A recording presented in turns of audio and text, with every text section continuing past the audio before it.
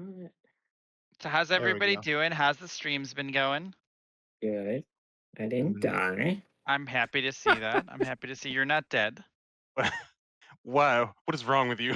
I was more worried about Mark when it happened. Rob was fairly chill. Dude, it was the hiccups, man, and I'm gonna stick by that. It was the hiccups. No, you can't prove it though. You left. Everyone watching just watched you Yeah, walk because away. hang on a second while I hold my nose and have a microphone right in my face while I try to chug water to get the hiccups to stop. That wasn't gonna happen, dude. I don't You know know- why Puff does that every year to himself. Like, why? Wait, who does that to themselves? Our friend. Oh, that sounds awful. Robbie, do you have an AI Chad filter on? Yeah. The eyes? Yeah. Yeah, it was like something seems off about his face. It was giving me the heebie-jeebies. If Oh, you put your hand, like the eyes will show up on the other side of your hand. It's a good time. What? What? No, I need to. I need to don't see make this this much eye contact ever. No, yeah, I don't. I need to see this. I need you to put your hand over your eyes. So I mean, it's real fast. Like, yep, Yeah. yep. Your eyes like Yeah, that's crazy. they lagged. He's not Wow. real. All right, are we starting this stream or what? What are we doing, friends? Well, my stream's already started. Yeah, I don't same know if here. Rob's is. Well, I sent a bunch of people to your stream. stream, Robbie, and I don't think it's Alright. up. Well, that's up now. I had to get cams up. Listen, I met a lot of people at a show yesterday, and I said, "Listen, I'm doing something fun tomorrow." And then I proceeded to talk to them about Dungeons and Dragons. As you do. As Yep. you do post-show talk, right? Like that's Yeah, that's all I ever Yeah. do is talk to people about Dungeons and Dragons after a show. Yeah. everyone's have- everyone's favorite pastime. That's right. That's right. This is why I have no friends, by the way. not no What? friends. We're here. We're Mostly here. internet friends. Yeah, mostly. This is why real people don't want to be seen with me. Oh, jeez. All right, So well. cool in high school. We're ready. We can get off to the races. How should we introduce this? How do you guys want to kick this off? Yeah, Not it. what I'm picturing is last time on the Perfect Purchase, and then it's just like a bunch of scenes of things that never happened and no one remembers them happening. Yeah. There's just like little kenku birds like at a Mexican standoff shooting at each other, and yeah. It's like a halfling trying to crack a safe, and he's like sweating, but there's like a drow like yelling at him, like, "Hurry up, you son of a bitch! We don't have time!" Yep. There's a bomb defusal scene where that's Yeah, like, which wire are you gonna clip? Yeah. Marley's The still ol- with that family. The only canonical scene in the entire montage is my character coming out of a black hole and like falling into the store. Like, what the fuck? Yeah. Oh, Everyone's like, man. "Who's this guy?" Hey, There is no. that's the way I show up fork. too. There is no fork. Yeah. We don't want to get sued bunch- here. A bunch of legally safe, sci-fi and fantasy references, which Laser is what swords. we're gonna be doing So here. I'll put my phaser away and my sonic screwdriver away, Yes. and I guess I'll take my badge off. Thank, thank God no one remembers Space Above and Beyond. We're safe with all the references I'm gonna make. Oh my goodness. Swear- I do not know this reference, so great. 1995 American television series, cool. But yes, hey, welcome to our ridiculous one shot. As we have done the last few times, it will be rules light, hopefully comedy heavy, and we'll see what happens. This one I have, maybe I bit off more than I can chew here, and I have some plans in the works. We'll see what happens. Yeah. But it'll be hilarious regardless, I think, or end in failure, which that's fine. If that's the case, then it's been a pleasure for this my final session as the DM of this one shot. So You're not escaping. no, of course not. So we returned once again to the world of the perfect purchase, a fantasy retail environment where each of you work. Newly reorganized, as we have been every single session. Once again, under new management, the perfect purchase has been rebranded as Purchase Corp. It was bought by like a celebrity CEO for an extremely high amount of money, and no clear way to know like how he's going to make money. So we'll see what happens. Mirroring some real life events there. We But got Bane capitaled. exactly. So I think what we'll do is hop in and have everyone sort of introduce your character and sort of give a what would you be doing in your low level retail job? What would an average day be like for you? So let's start with I guess to my right it would be Robbie. You can go ahead and start. All right. I am playing Granite, a Earth Genasi janitor. That he's like a dollar store Gaara from Naruto, where he can move dust, and yeah, he's just really slow, and he's the janitor that dusts the whole place. Which he's probably making dust being an Earth Genasi, so it's just a feedback loop of him dusting. So you're It doing does- your job pretty well, but in your wake is like a cloud of Yeah, like more little dust. And, yeah, Pigpen from the Yeah, Peanuts. from Yeah, Charlie Brown. Yeah. yeah. that's perfect. Okay. Mm. What is the other than the dirt and dust? What is your what's sort of an average appearance and what is Granite typically looking like going to a day at the office or a day at the store? So instead of the gourd on his back, he has like a giant trash can. Like Okay, or yeah, and then I like that. and just like a janitor outfit, but it's really dusty and dirty because Urchinasi and Yeah. Is like the trash Okay. can on his back like the fantasy version of a vacuum? Like they haven't figured it out yet, and he's just like. I mean, I made him a swarm ranger, so his swarm's the dust, so we can like move it into Oh, the trash nice. can. Oh, Nice. interesting. Oh my god. Nice. Yeah, So it's not just a cleaning thing. Like you have a deeper relationship with the dirt itself, partially made, partially formed from it. Does it one speak to with you in it. some strange way? It's Yeah. all connected. Yeah. Okay. Excellent. I love that. That's perfect. Let's go. Who's next? Just shout them out. Somebody jump in next. Brad. Oh gosh, you suck. Okay. Hi, I'm Dr. Hippo.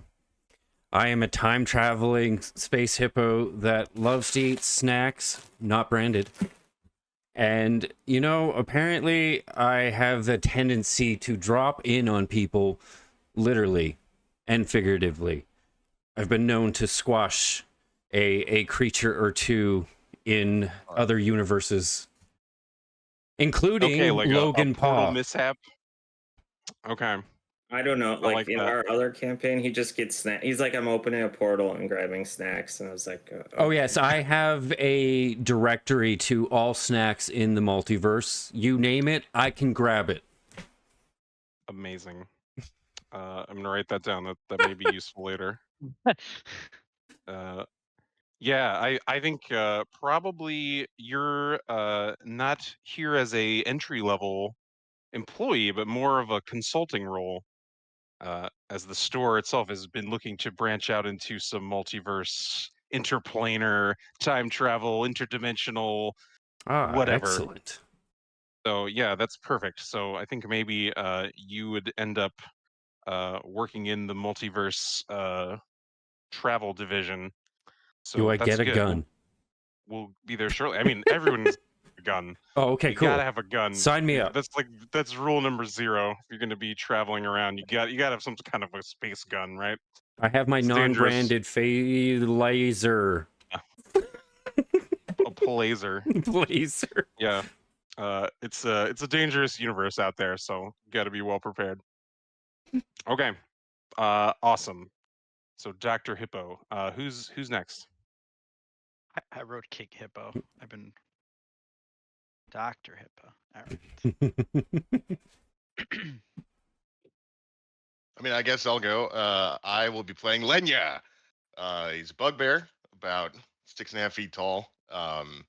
He's got like this big mane of hair that's like kind of like goes down into his beard. So his head in general, like his hairstyle looks very dwarven, but he's obviously not. He's a holy knight of Maglubiet, and he is here on a righteous act of conquest, here to conquer high prices. Okay. I like it. Is there any sort of deeper meaning to that? Is there a hard luck story behind that origin, or No, just needed an outlet for your creative energies? yeah, that's pretty much just Okay. something for him to do. I always pictured him as sort of like a dumb screw up in his clan, and so they just like give him stuff to do to like keep him pushed off to the side. And So it's taking shape now that you you were encouraged to take this job. yeah, I'm a stock boy, so I'm not even really having anything to do with the prices. I love it. Yeah, there's a we dissolve into a family scene somewhere, and a larger bugbear is being like, Lenya, you really need to get out there and just get out of here. Why don't you? And then there's like a little flyer in the background taped to a bulletin board. This would be perfect for you, right? Yeah. Since it's like a retail job, he also is unavailable for all holidays. Like they make him work the bad shift so he doesn't have to spend it with his family. Oh yeah. Oh Perfect. God. Okay, so Lenya, a righteous crusader, maybe transplanted to this location to get out of your family's hair, but nonetheless, no less competent. We'll say. Yeah. I like It's, Lenya. it's a character that I played in a Curse of Strahd game, so I imagine he'd just be just like a little paranoid about some of the customers being Oh, either interesting. werewolves or So is vampires. it the same Lenya? Like, have you gone through this like horror-filled setting and escaped Yeah, a little bit. alive but changed? After that, he's like, I'm going into retail after. Mm-hmm. Versus Okay. Strahd. This was supposed to be a vampire-free excursion, but he's still a Yeah. little paranoid. Well, what horrors await you out in the multiverse? Who knows? But probably not vampires because, well, who knows though? I hope not. Maybe. It's Christmas. Maybe space vampires. It's who can say? Space vampires. Cool. Okay, who's up next? I'll go next. So I am playing Havoc, who goes by Javi. He is a Black Kenku, and he is the engineer of, I guess, the perfect ore. But he's not exactly what one would call a competent engineer. He may have Homer Simpsoned his way into the gig. So there was a moment when a generator had failed, and he stepped up to the plate to try to repair it. Basically hit it with a wrench, repaired it, and now he's just the guy that everybody calls. He tends to, he's like a nice enough fellow, but he's clearly in over his head. He tends to repeat himself a lot. He seems pretty high anxiety, that kind of thing. Okay, traditional. What's your appearance as a Kenku? Like crow? Yeah, what are we crow. talking about? Yeah, Okay. we're going like Black Crow. Usually has he has all the tools around his belt that would indicate that he's like at least what he would think would be a competent engineer. So that kind of thing. But he doesn't look too disheveled. He's like pretty well put together. He tries to keep on a good appearance, right? Okay. Perfect. And then last but certainly not least. Ah, yes, me. So my character is Lieutenant Colonel Ray Butts, and he God. was teleported here through a black hole after a dogfight and crash landed into the Perfect Purchase or Purchase love it. Co. Yeah. and he's trying to find his way around this new and strange alien landscape full of things that are not quite human. And he has a penchant for everything being as easy as eating pancakes. Oh, pancakes. That's a good snack. Oh yeah, there's no task is too difficult for him, because if you can eat pancakes, you can fight a monster. I love it. Okay, so is it Lieutenant Colonel? Is the You can just call him Ray. Just call him Ray Butts or Kicks Butts. Kicks butts. okay. Yep. I like that. Okay. Is he like is he adapting to life in another dimension, or is he like, I'm always on a quest to get home or whatever? I What think do we he's think? I think he's adapting to whatever the hell this is. Okay. He is a career soldier, so there's nothing that he can't fight. be it the high prices or the crazy crowds. I love it. It's sort of a natural fit to fall into like the security office or something of that nature. There's always that sort of need here at the Perfect Purchase, or now Purchase Corp, Ooh. newly rebranded. But it's all right if you can't keep it straight. The name seems to change pretty frequently. So excellent. Okay, so I think with everyone working at whatever department you're working in today, your sort of dreary retail existence is interrupted suddenly by a notice. You are handed a little card by your manager, and the little card is an assignment for a special detail. And you've had this before, and it's usually not good. It'll usually be like, special detail. All the pets in the pet department escaped, and there's a bunch of shit everywhere. So your special detail is, shit cleanup. Excellent. However, this one, it looks a little more interesting, at least. It just simply says, your Purchase Corp store has been selected for dimensional reassignment training. Please report to the Multiverse Operations Center for immediate processing immediately. Is it immediate? It is. Okay. So, you all, through whatever means, make your way through the store into the newly constructed Multiverse Operations Center. This is a new area adjacent to sort of the back room dimension of the store. Just a labyrinth of portals and strange otherworldly locations like the accounting office,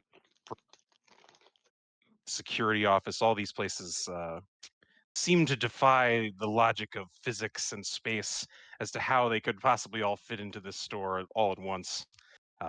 Clearly, some sort of magic and planar transport already afoot here. But you've noticed in recent weeks and days in the break room, this new operation appeared. You've seen technicians and little birds and strange creatures that you don't even recognize going in and out of this room in little lab coats, wearing their little goggles. Some of them emerging in a strange disarray, like they've seen 1,000 years of time in this faraway look in their sunken eyes. Strange like dirt and burn marks on them, just weird appearance as though they've been transported elsewhere. But all of you meet sort of outside the operation center, and you see a large locked door, semi-translucent though. It's a pane of glass, like frosted, and sort of distorting the light. But you see like strange flashes of color from within the operations center. But all of you are here for a moment. You can introduce yourselves, talk or not. Up to you guys if you want to sort of feel out the group and say hello. See, I've noticed Kick Butts over there. He's eating some snacks, and I was just curious. What you eating? Where'd you get it? Can I get you more? The snacks are nondescript peach gummy rings. I do like me some sugar. Not to be taken a different way. Yeah, I only swing with hippos.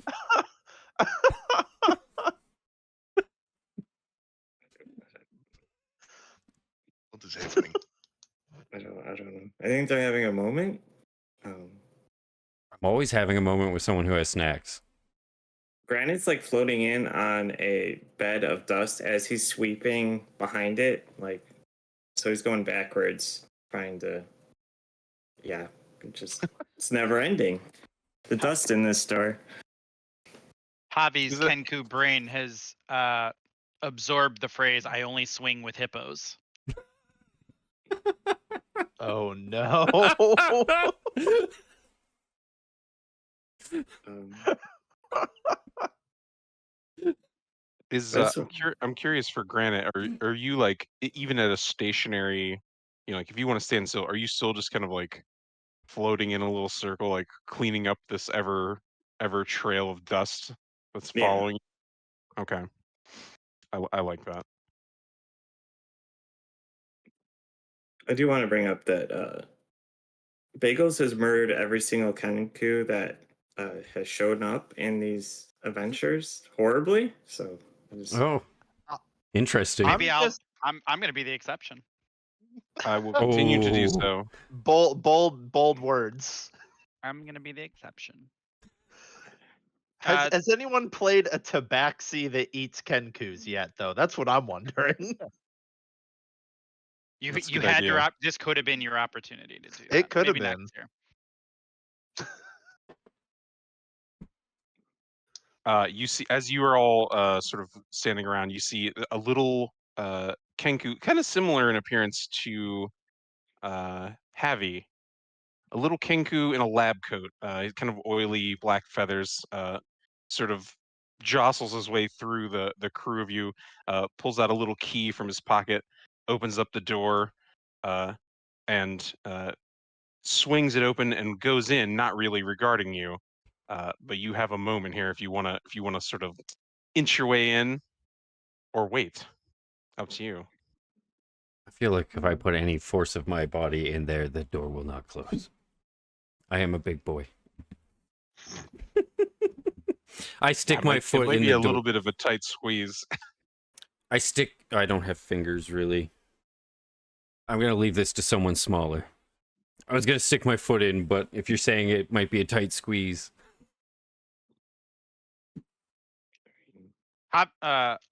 Heavy sees the other Kenku walk in. He just doesn't even miss the beat. Just follows him. Just walks in right behind him. Perfect. Yeah, you sort of fall in, kind of grab the Yep. door. For being a secure room, it's clearly not that secure.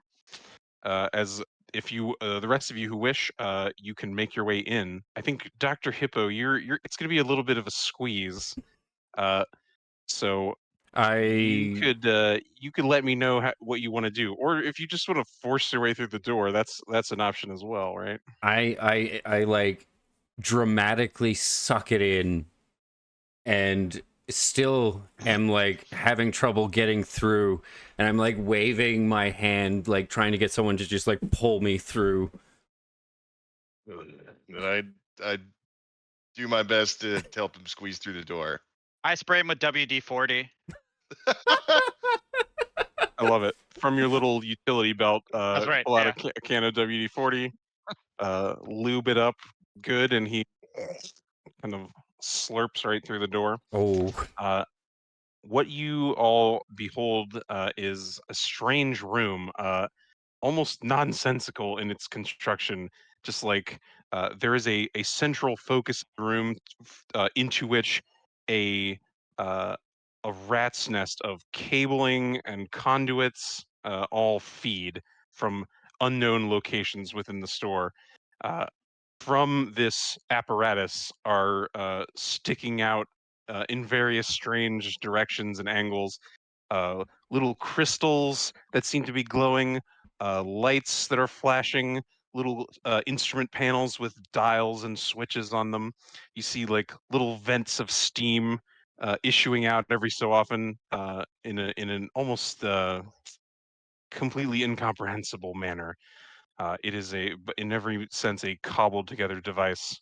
But you see climbing all over it and in garb similar to Havi, little technicians, little kenku and gnomes, goblins, little smallish creatures going about whatever business that they're going about. And you see this kenku in the lab coat sitting next to a blue blob. This blob might be 7-8 feet tall, vaguely humanoid shaped. It is a plasmoid, if you're familiar with the Spelljammer setting, but a sort of a blue blob man. But you see at his side hang 2 enormous pistols. Across his back are bandoliers of grenades and bullets. Strapped across his back is an enormous sniper rifle. And you see he has sort of this close cropped sort of almost like a flat top has emerged from his blue head, and like little blue bristle kind of form itself into a very Marine Corps looking haircut. So I think Ray Butts, I think you have seen this guy around, and I don't know how you feel about someone. He is kind of a gruff military style person, and I don't know if that endears him to you or sets him at odds to you. I But- mean, definitely endears him to me. Okay, yeah. So I think he turns. Not there's not really a face to speak of, but he orients himself in your direction, and you hear like a little bubble opens up out of his mouth, and you hear the voice come out. That's just and he kind of spreads his arms out wide, and just says, "Ray, good to see you." And then he looks kind of shifts his torso to, as though he's looking at the rest of the crew, and he says, "Who are this sorry group of maggots you brought with you?" They're here for dimensional retraining. Another crew, more fresh meat for the grinder, eh? Yeah, it sounds like it. Yeah, well, I assume you're the leader. You must be. I make no comment to that. I just kind of grunt. Yeah, makes sense. No, it's fine. It's good they finally put someone with a real head on their shoulders in charge here. He looks what- at you. He looks at the group of you, and unless you guys want to do anything, he'll kind of give the little Kenku a nudge, and the Kenku will motion for you to step forward. What the hell is happening? I thought I was supposed to be putting meat on shelves. Javi's in between his legs, by the way, like hiding. He's like, Oh. meat on shelves! Meat on shelves!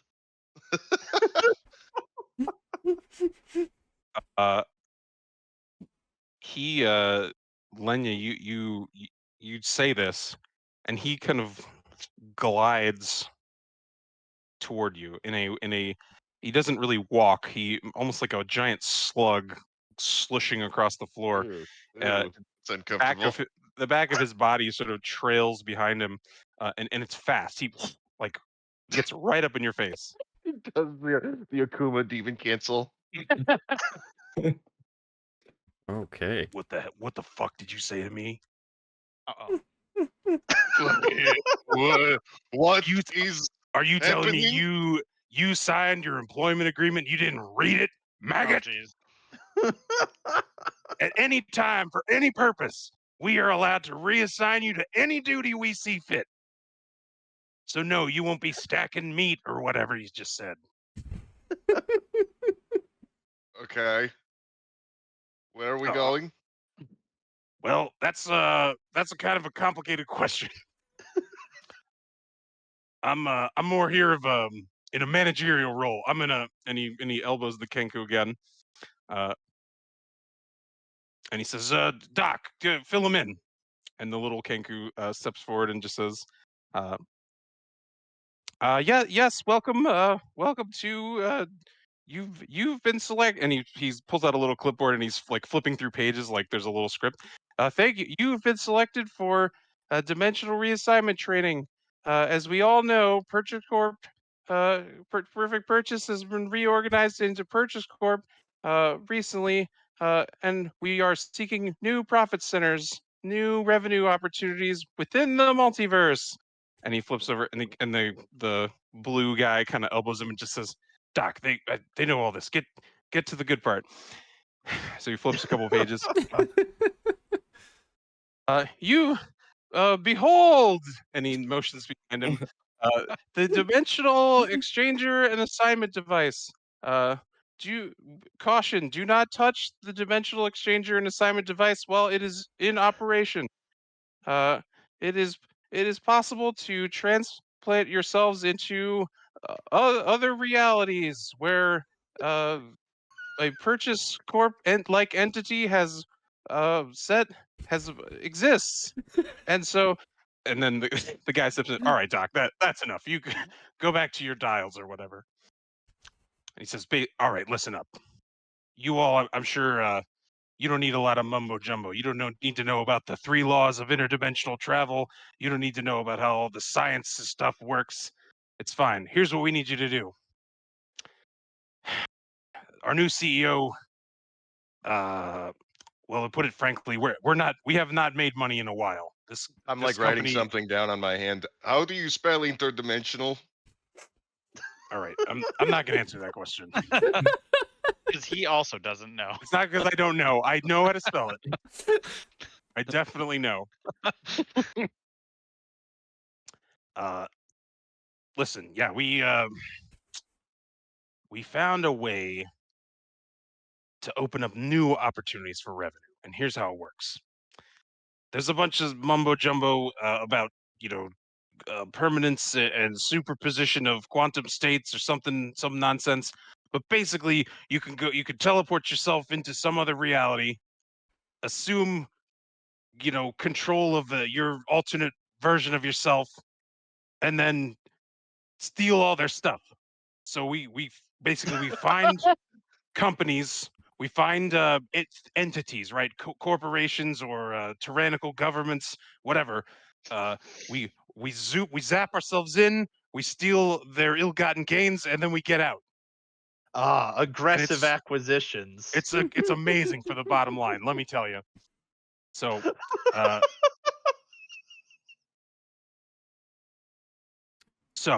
yeah, the goal here is it's purely exploitative. We can, and he kind of motions to the side. There's like a wall of almost like a security monitoring thing. Like there's a bunch of little monitors with real grainy, distorted images of strange, incomprehensible realities. So you see like, uh, colorful starscapes and strange, floating craft sort of hovering in space, all manner of things that to your eye you are just foreign, completely different and strange. He says to you, yeah, we got this wonderful little monitoring station set up. We can monitor all the teams we send out, and that's important because we have to sort of identify the opportunities where there's easily liquid profit that's easily extractable, we'll say. So we need like a movie trailer device that'll show us little snippets of information to help us to identify those things. So that's what you're looking at. So yeah, when we we'll walk and talk. So he kind of walks you around the device. Once we've identified one and we're locked in, we'll send you guys out to go get the goods, extract the stuff.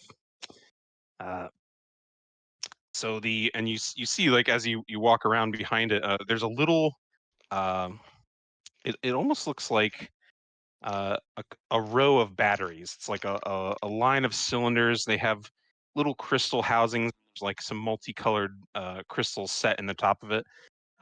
They are glowing, and the crystals kind of dim and brighten, pulsing. And it, as you look at it, it's generating a field, like a semicircle or hemispherical dome around this device. And he says, "This is the shielding device. It's pretty important. As you might have guessed, these folks from other universes, some of them have multiversal travel technology as well. They don't take kindly to being exploited in that way. So some of them they like to come after us, and so we this shield specifically prevents that from happening. This is the timeline integrity preserving shield interface, TIPSY for short. So we use the TIPSY, and that keeps these whack jobs from coming in and messing with the device. A lot of these guys, they want to shut it down.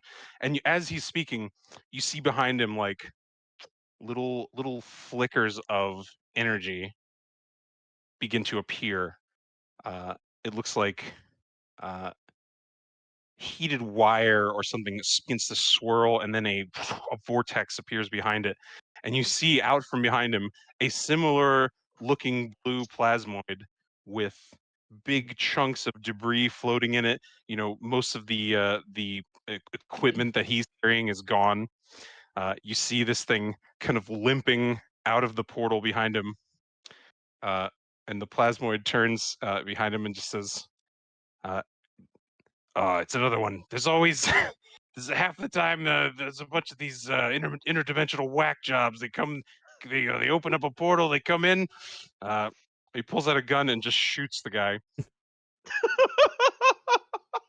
Plasmoid evaporates into goo that just sort of spreads out all over the floor.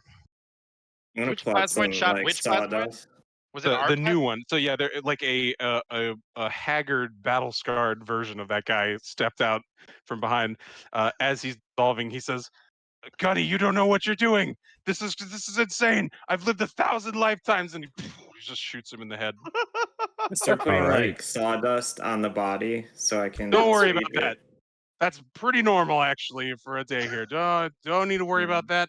Everything's gonna be fine.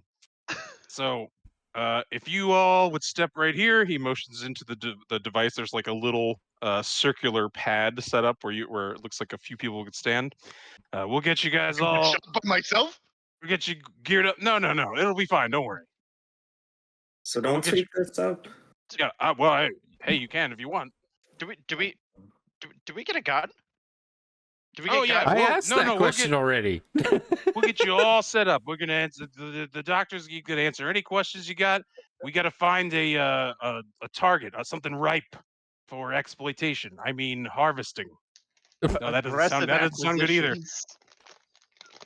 Now, there's no So I'm weight gonna- restrictions Can I on ask a this question? device. Could you just fill us in on the selection process for your teams here? How exactly did we all get chosen? Oh, randomly. Oh, that That's makes fair. sense. That's fair. I'm making a complete mess because there's oil and now dust and plasmoid guts. Yeah, and it's like it's absorbing it, and it's turning into like a Yeah. sludge. this doesn't have to be a clean room, right? Like this. Yeah. I mean, this looks very technical, but there's really a lot of guesswork here. A lot of I shouldn't have said that. Never mind. It's very scientific. Doc, why did you answer their questions? And he'll remove himself and go over to the monitor. There's a couple of technicians, and he's kind of pointing at the screens, and they're kind of talking amongst themselves. But the doctor will step up to you. Yes, any sort of questions that you might have, I am here to answer. Will this affect my shift ending in 2 hours? As it is a time, a chronological and interdimensional device, that question doesn't really make sense. You you can return before the end of your shift, and you'll be able to fit in any work you need to. I think he said yes. Okay. Because I am from an alternative faith, it is a holiday for us. Oh, that's no, I think that's fine. As you know, we at Purchase Corp is extremely sensitive to these sorts of issues and would never request that you work. And he's like flipping frantically through his little clipboard. No, you can return before the end of your shift, no problem. Definitely.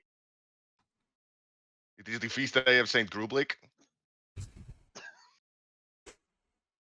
Like no one asked, Very and he just starts very talking about it. interesting.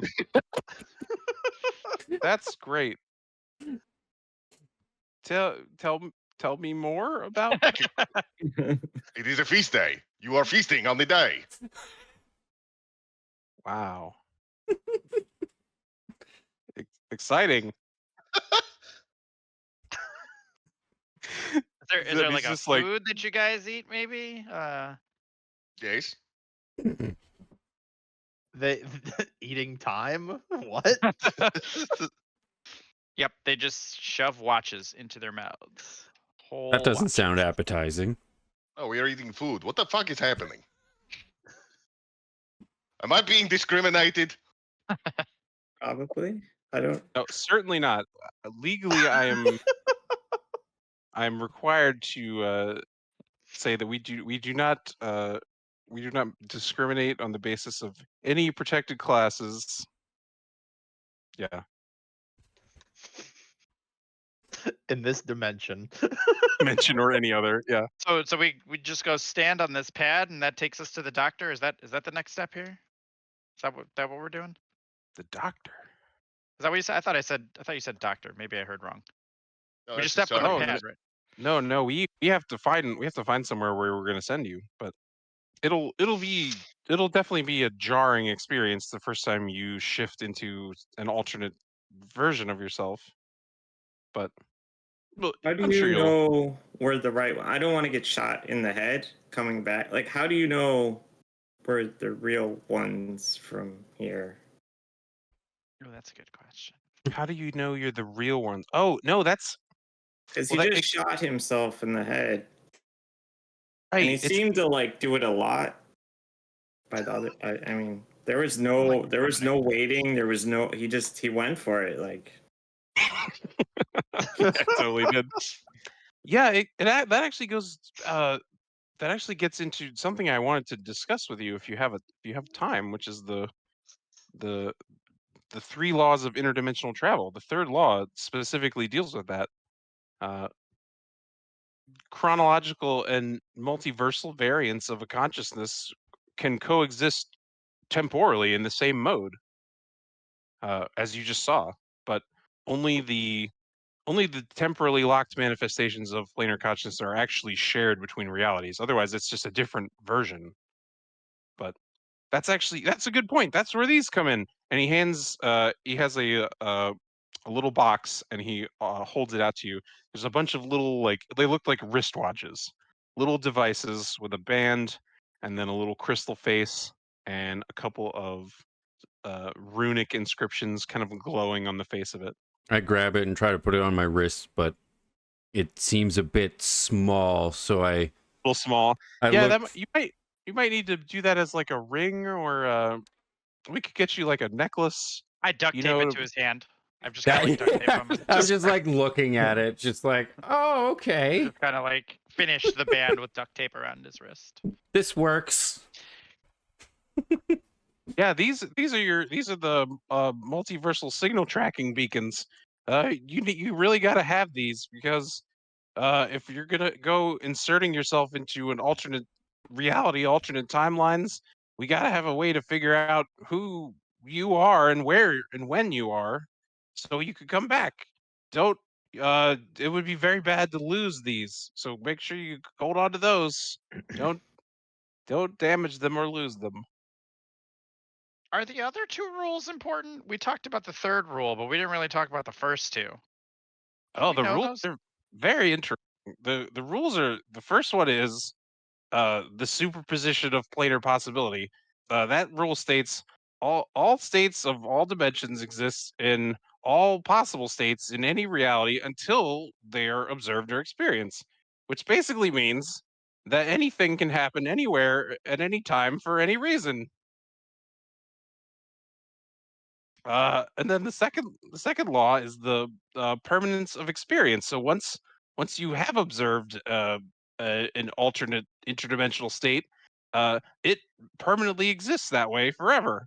So if you observe something and then leave and then come back, you can return to the same thing. Once it's observed, it's there. It based off the chronographic index of the manifold of reality that it is, you could find that place again.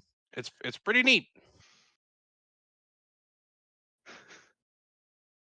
Heavy nods, but Yeah. he's not. He doesn't understand. Yeah. So Dr. It's, Hippo's like, I he- can find snacks that I lose by just tracking it back in time that way. That's good. That's good. Good to know. exactly, if you find somewhere where there's snacks, that means you could go back and get those same snacks again later if you want. This is Yeah, like this is the grocery useful. store. Yeah, like a grocery store. Like imagine infinite aisles in infinite directions with infinite contents, and that's basically what we're talking about. The liminal But- space grocery A store. really But wouldn't big there be, grocery like- store. Unlimited hippo hands at the same time. Oh, that's Like- useful for snacking. I'm just a janitor. I don't.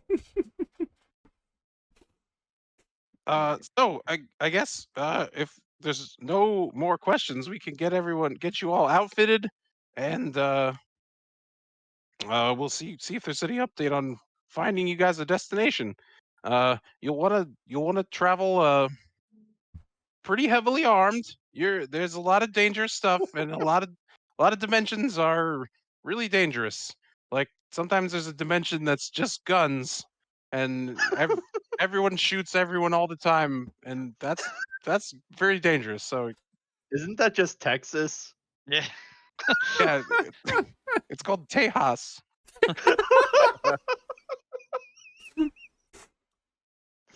So and he points over to the wall, and there's like a row of lockers and a wall of strange looking weapons. And so if you would each like to select a weapon, I'll have you roll a d20, and I will assign you a random thing that as you look at the display, right? It's like there's no consistent theme. There's like alternate realities, and these devices have obviously been gathered from across space and time, and some of them are look like martial weapons like swords and knives. Some of them look similar to the guns that Gunny was carrying. So who knows what you'll find? But yeah, everyone roll me a d20, and we'll see what sort of random weapon you get. I rolled a 14. Okay. 14.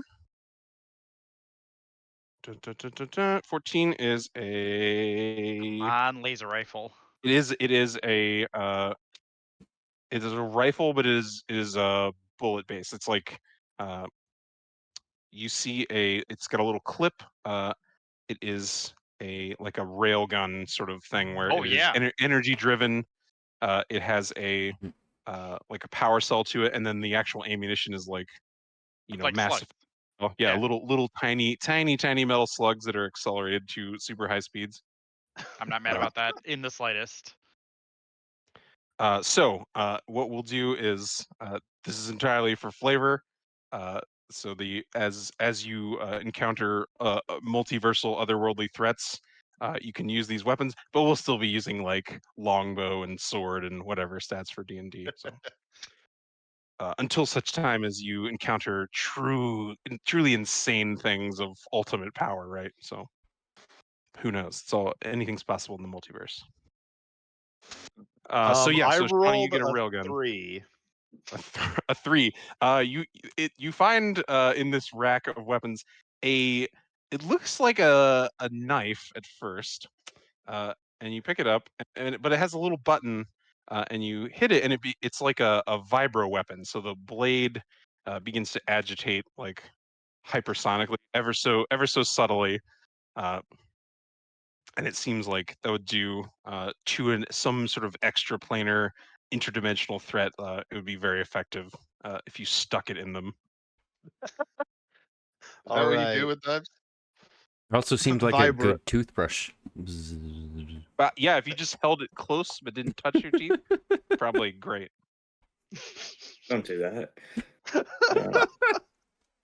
I rolled 17. 17. 17 is you have a like a minigun. It is a revolving cylinder with multiple barrels and a huge pack that you have to wear on your back. Okay. So yeah, it's got an on-off switch and then a trigger. Can I put the back just in my trash can? Yeah, Like, it'll So you're just, you're definitely. I'll just chuck in there. I mean, Yeah. sure, it's fine. I got a 16. 16 is 16 is it's a little metal cylinder, and you look at it and it doesn't seem like anything. It has a little button on the end, and you push the button and a jet of heated plasma emerges from the cylinder. It's a lightsaber, Laser Yes! sword. a laser sword. Wyatt, do you want to Nondescript get laser siege? sword. We don't want the mouse after us. Laser sword. I don't know. Anakin called it that in episode 1. It's He true. was- He was a stupid little kid then. He also said no one could kill a Jedi. Yeah, well, Proceeded to kill all the Jedi. They were kids. okay. Did we get everyone? I had a 17. 17. We already had 17. So give me another roll. Okay. 12. 12. 12 is 12 is a it's a little circle. It's like a circular disc. It has a little handhold and a little igniter button, and then it lights up, and like a ring of Oh, hell flame yeah. energy appears in the end. It's like a Tron disc that you can That's throw, and it'll bounce and might come back to you. Might just hit more people. Who knows? Oh, excellent. I like this. Excellent. So, excellent. So each of you outfitted. You can equip yourself with. They have these little like exosuits. A fantasy version of a spacesuit, essentially. A little spherical helmet to protect you from who knows what. But yeah, magically enchanted to keep you relatively safe in the unknown dangers that you might encounter out in the strange, vast expanse. So, you all, as you're getting equipped, you see the doctor kind of goes over to the control panel area where Gunny is looking for a target for you guys to go to. Like a planet full of just toddlers. Yeah. So they have a little conversation. The doctor comes hustling back over. He pulls out a crystal and he hands it to Javi. And says, you kind of look like you know your way around equipment. This is your interdimensional crystal. So you're going to put that in there's like a little raised column in the center of the platform with a receptacle like this. That's going to be your transport crystal. So that'll activate the device once we're dialed in. I think we've got. They're still figuring out the location, but you guys should be all set to go pretty soon. So why don't you go ahead and start getting set, and then everything will be great. It'll be great this time. Heavy takes This the time. crystal, and there's like that moment where like he drop like he's gonna drop it, but then he like catches it in the end. And everybody's like, "Oh no! If he Like, dropped it, it whoa, would have been really oh, no." bad." Yeah, but he doesn't. Yeah, so you all have a quick moment to discuss. Otherwise, we'll get on with the show. Um, we should be fine. Well, I'm just curious at seeing the different types of snacks I can find in this new land. Wherever we go, I'm good. I've got a big tummy. It feels a little bit like we might be taking the snacks. Well, that's the from other point. people. I get to find new snacks to take away from them. And this time, compared to the way I take other snacks, I get to see who I'm taking them from. I'm just opening portals and taking snacks. Who knows lives I'm fucking up in the process? This is a little meta, Matt, but I feel like every one of your stories for this one shot have become like capitalistic like nightmares. Like when you take capitalism to like the end state, this is like what happens. First it was the colonization, now it's you just pillage the multiverse. Like Definitely.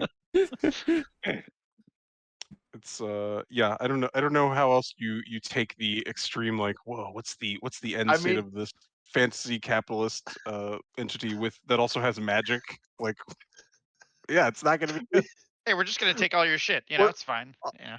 They're all based around, the fact that people in actual reality will trample each other for a freaking deal at Walmart on a Black Friday. So it makes sense. Yeah. It just gets worse. We did that one too. That Yeah, was the that first was- one. True, yeah. All right, Oh, I think man. we're ready to go. Okay.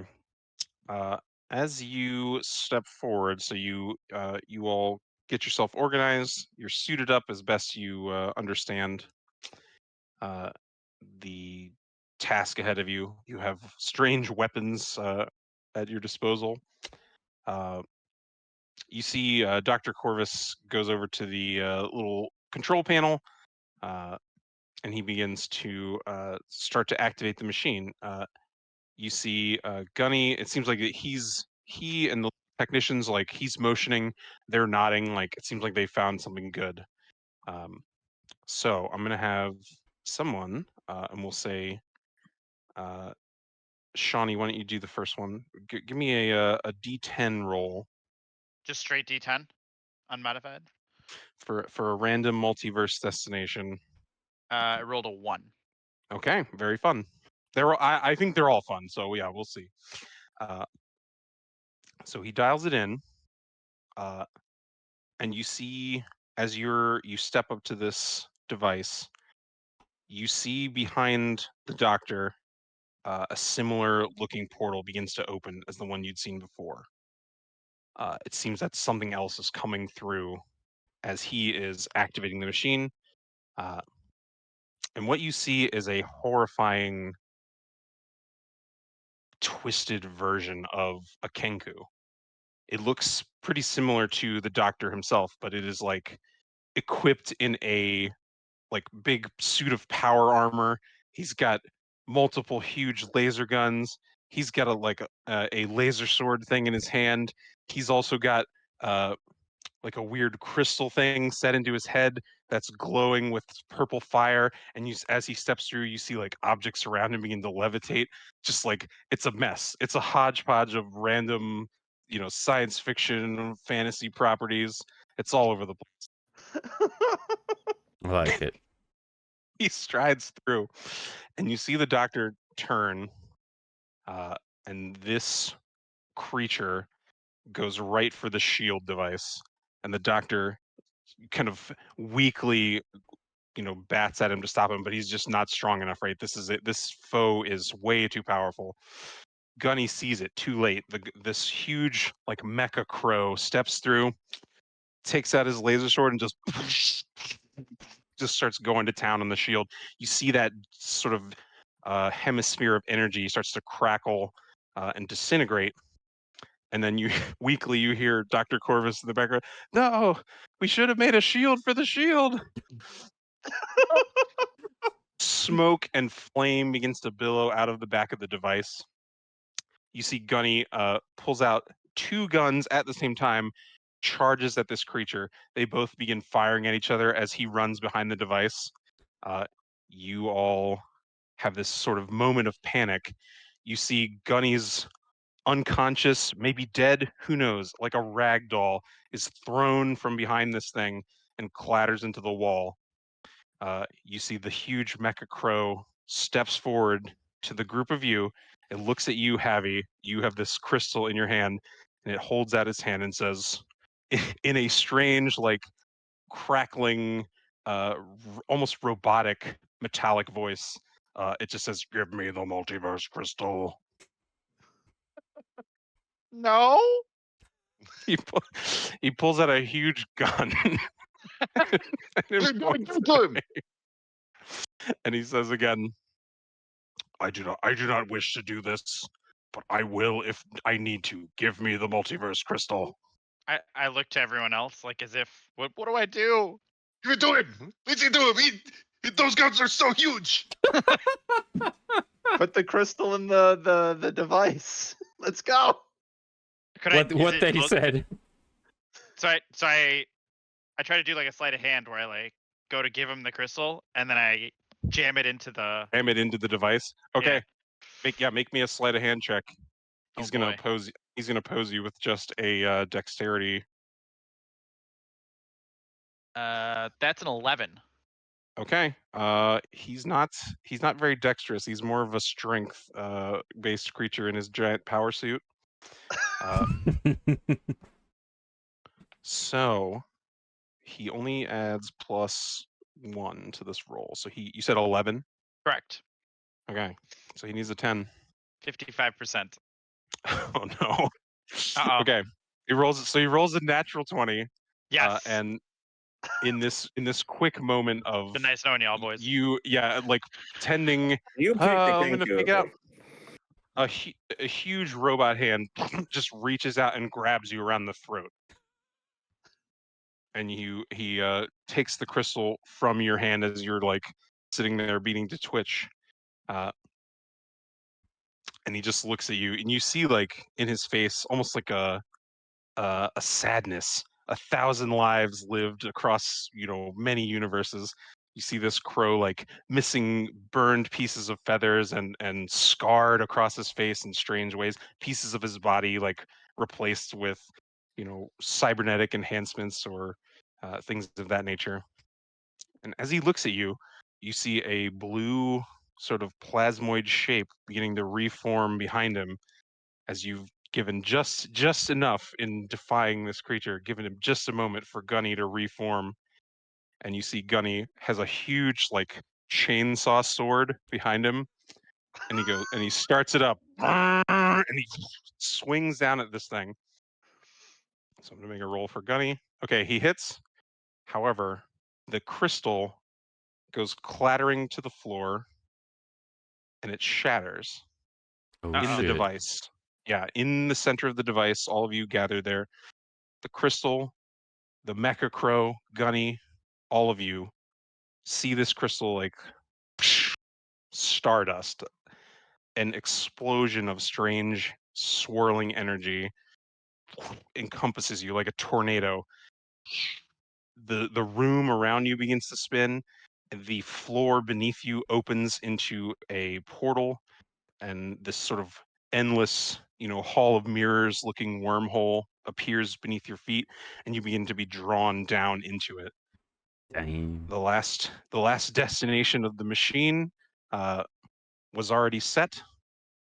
So on the trailer readout monitor, a little trailer begins to play for as the rest of you sort of fall through space. But you lack this crystal, but you still have your little wristbands, and who knows what adventures await. But a 1 on the. I'm gonna look at my little table, and I'll just do the little trailer thing. Okay. Okay. So you all awake. Jarring sensation of this blurred vision. You look around.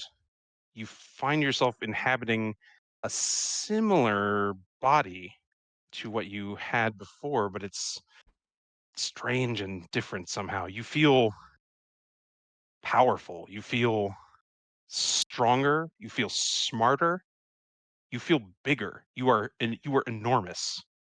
you are huge compared to what you once were. You are somehow an altered, like a superhuman version of your previous self. You find uh, you remember your own memories. You remember who you are and why you came here. And yet you also think in a strange way that you have a duty to fulfill. You are a soldier. You are a member of an elite force. So, as you all stand, you look around, all of you find yourselves in armor. Huge mechanical armor, Oh no. hold Nice. enormous weaponry, huge, like clownishly huge caliber guns. You have like strange, almost religious iconography, There's wax something grim seals. and dark about There's something this. grim, something dark. Oh, This is all I- heresy. This is just like the camera pulls back to the little monitor in the monitoring station, and the trailer starts. It is the 41st millennium. For more than 100 centuries, CEO of humanity has sat immobile on the Okay. golden throne of Yes. Portius Corp.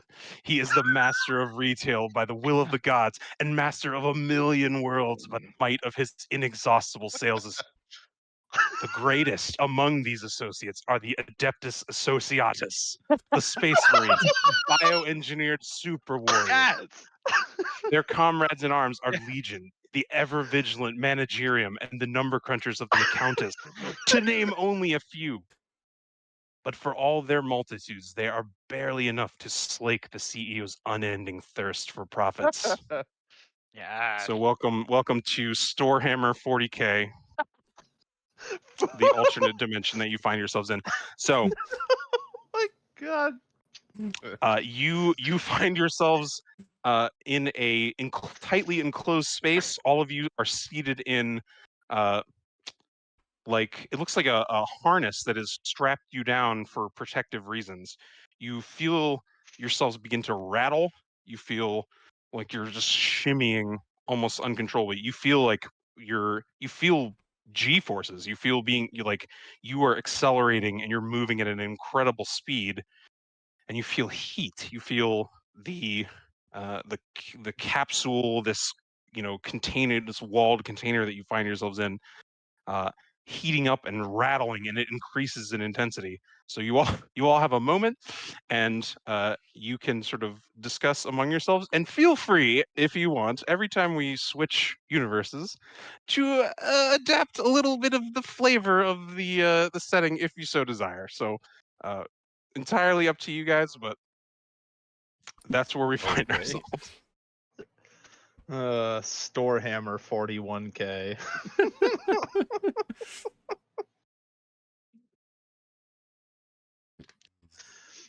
Something about this seems real familiar to me.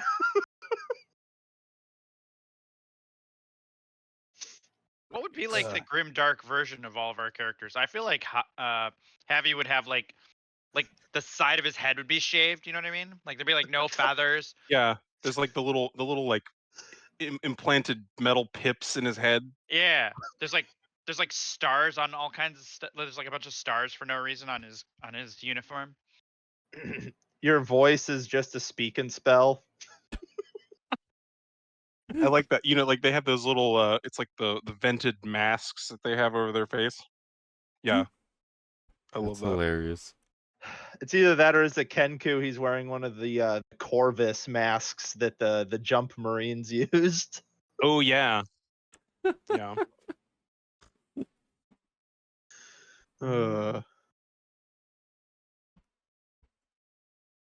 Yeah, whatever kind of conversation these guys are having, I can't hear it because I'm like off to the side holding one of those chainsaw swords and just like revving it.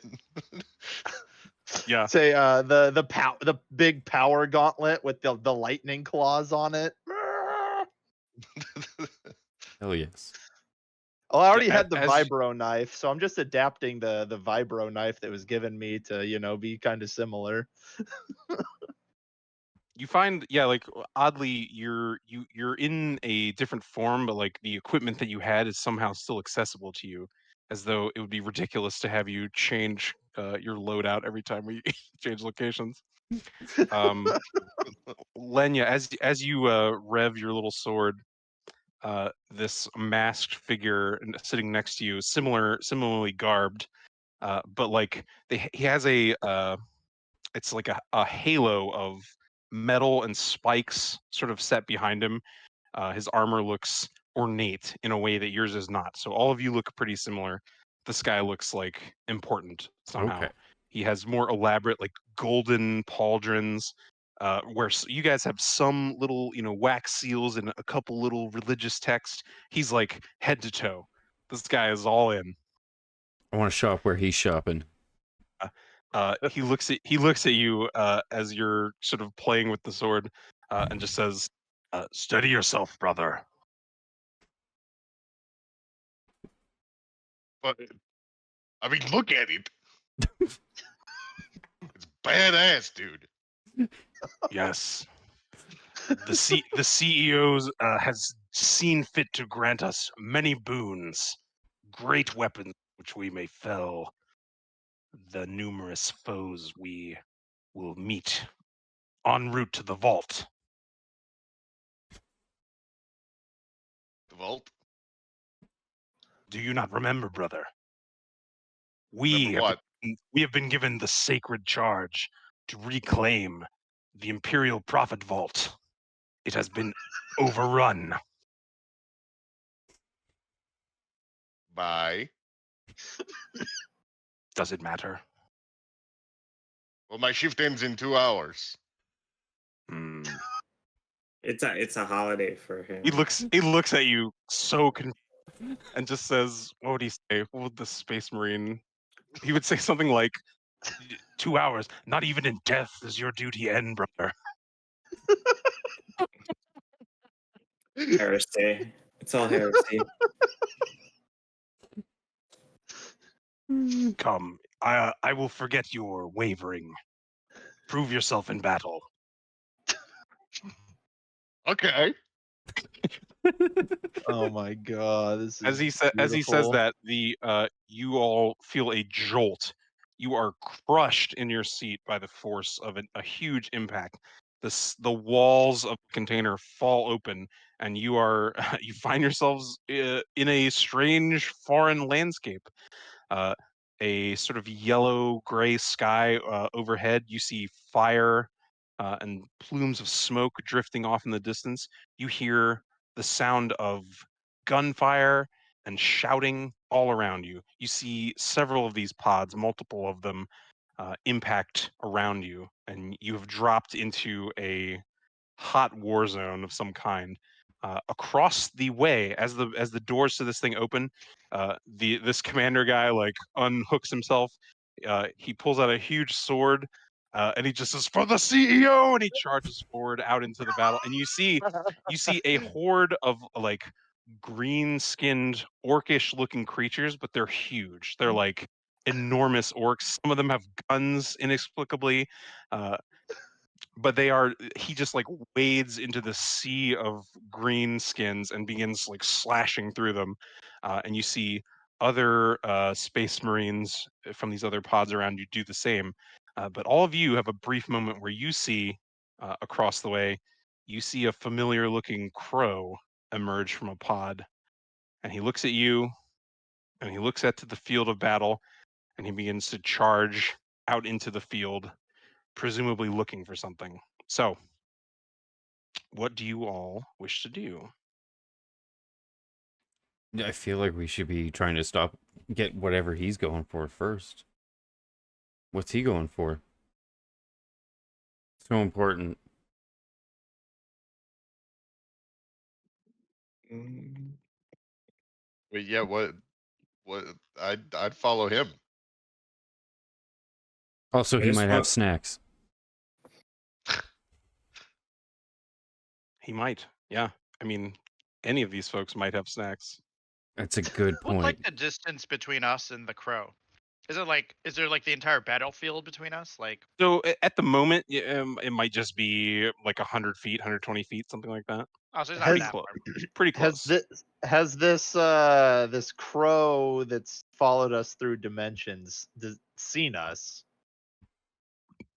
Yeah, as you see him, he looks at you, he looks out into the field, and then he kind of thinks for a second, and then he Can we heads on out into the battle. throw our Kenku at him? Just lob him like a bullet or something, an axe. Just toss him. I would like to remind you that you have actual bullets. You don't need. This is more of a surprise. I will agree. I will be surprised by this course of action.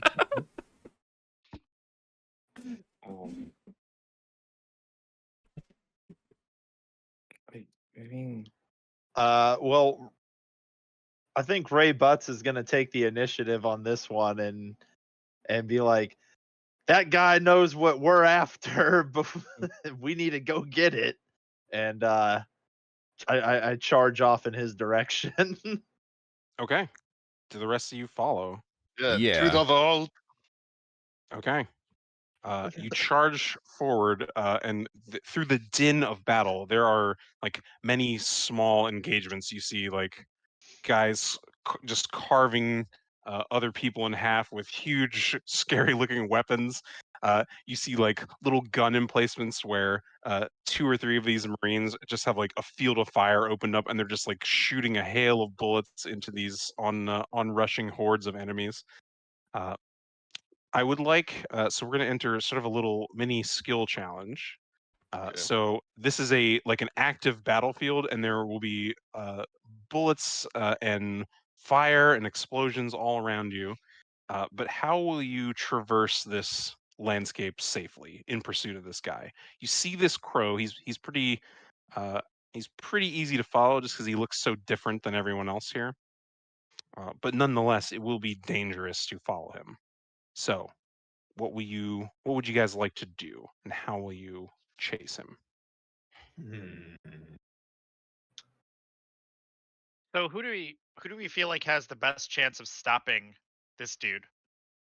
the giant mecha crew. Yeah, like who wants to get there fastest? Because I will cast Longstrider on them. That's good. Wait, in fact, who's the biggest guy? I guess Mr. Hippo, Dr. Hippo.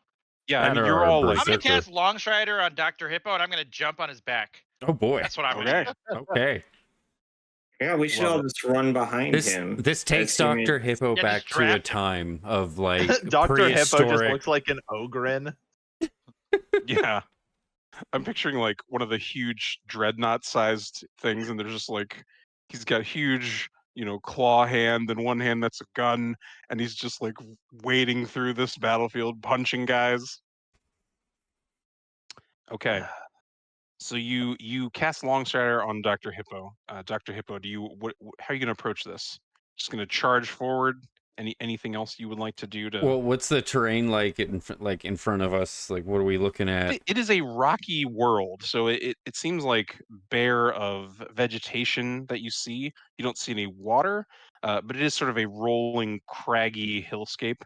Think like, I'm thinking the surface of Mars or something, right? Just like Okay. scattered stones and dust. Can I like Gears of Wars it up to like stones and take cover, and then Gears of Wars it further up, just like charging like that. ahead? Like Yeah, absolutely.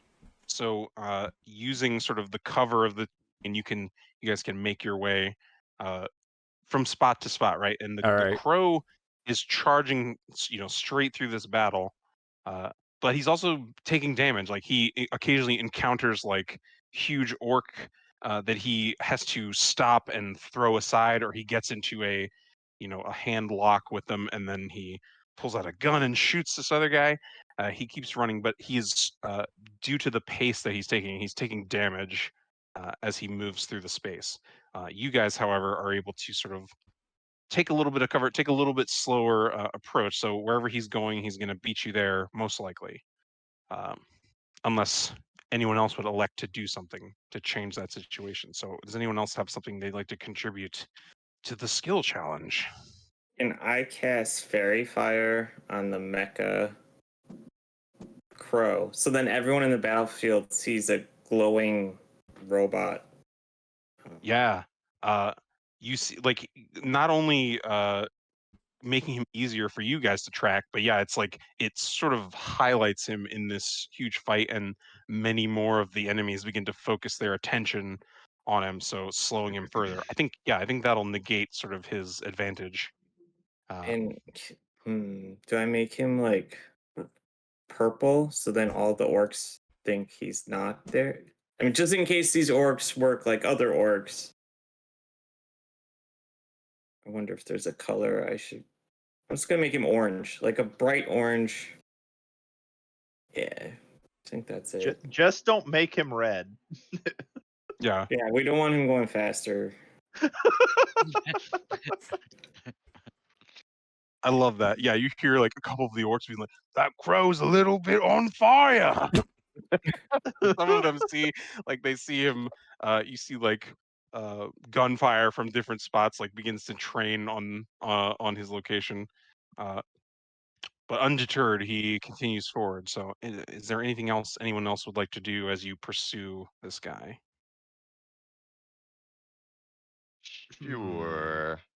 So, I mean, it's a paladin. Strength is my biggest stat, so I was envisioning like, uh, like shoulder charging, a barricade, some kind of shield encampment where they've like got a like a I don't know. I don't know much about 40K. I'm assuming the orcs don't have like gun encampments and turrets. I mean, kind of.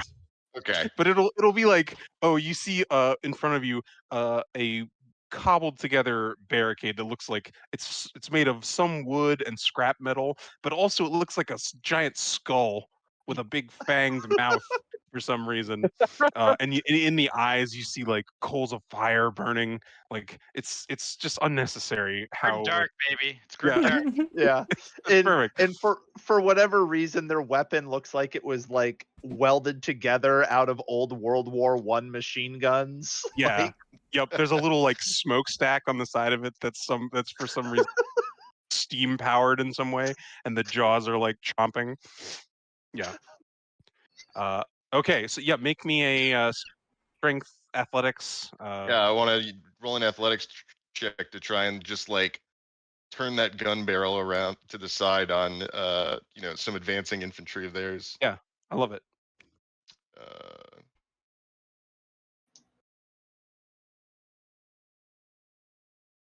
That is an 18. Ooh, easily. Yeah, we'll call that a success as well.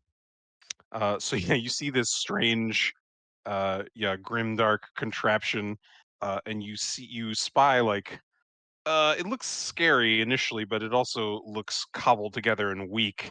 And you think with the right application of force at this one joint, you could probably just break that thing wide open. And you're strong, but in this form, you feel incredible. You feel like instinctively, like I, uh, if I run this way, like your armor is assisting you to run faster. Uh, like you have little rocket boosters that are just pushing you forward even faster, and the rest of you see like as Dr. Hippo is sort of wading through the mass of enemies, a bullet, like a rocket trailing fire behind it, just goes like Supermaning past you and crashes into this huge thing, and it just obliterates like pieces of scrap metal, and there's orcs standing on the top of it like with guns shooting down, and they just go flying as this thing explodes. The pieces of it kind of split, and you land, blade landing, leg out to the side, looking very cool. And you see before you, this thing split in a path sort of through the battlefield. The Mecha Crow ahead of you, and you see a huge structure. It looks like almost like a pyramid, large, maybe a pyramid with the top kind of lopped off of it. A big structure with large vertical columns. It looks like sort of an entryway to it. And you see like big statuary and carvings of similar looking people to yourselves, like large guys in power armor sort of adorning these columns. It looks like a official looking building, and it has a huge ornately carved stone door on the front of it. So, with the skill challenge successfully passed, you all see the Mecha Crow make his way up to the door. The rest of you follow in pursuit. He's yet ahead of you, maybe just a few hundred feet. And you see at the base of the door other Space Marines fallen on the ground, probably dead. But similar adornment of power armor and weaponry.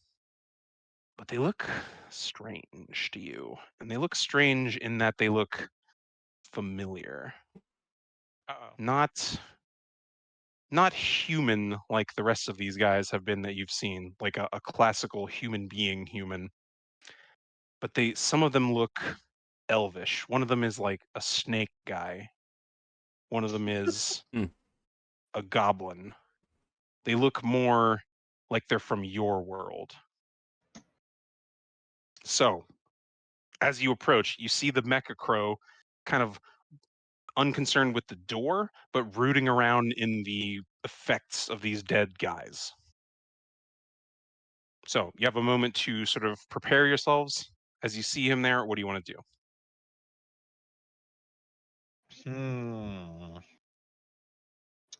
I'm gonna cast Bless on the party. Good call. Are somewhere in the far distance, there's like a guy stands at the top of a hill with a huge standard, and he's like, "For the CEO," and you feel like emboldened for some reason. You feel like, yeah, that's right.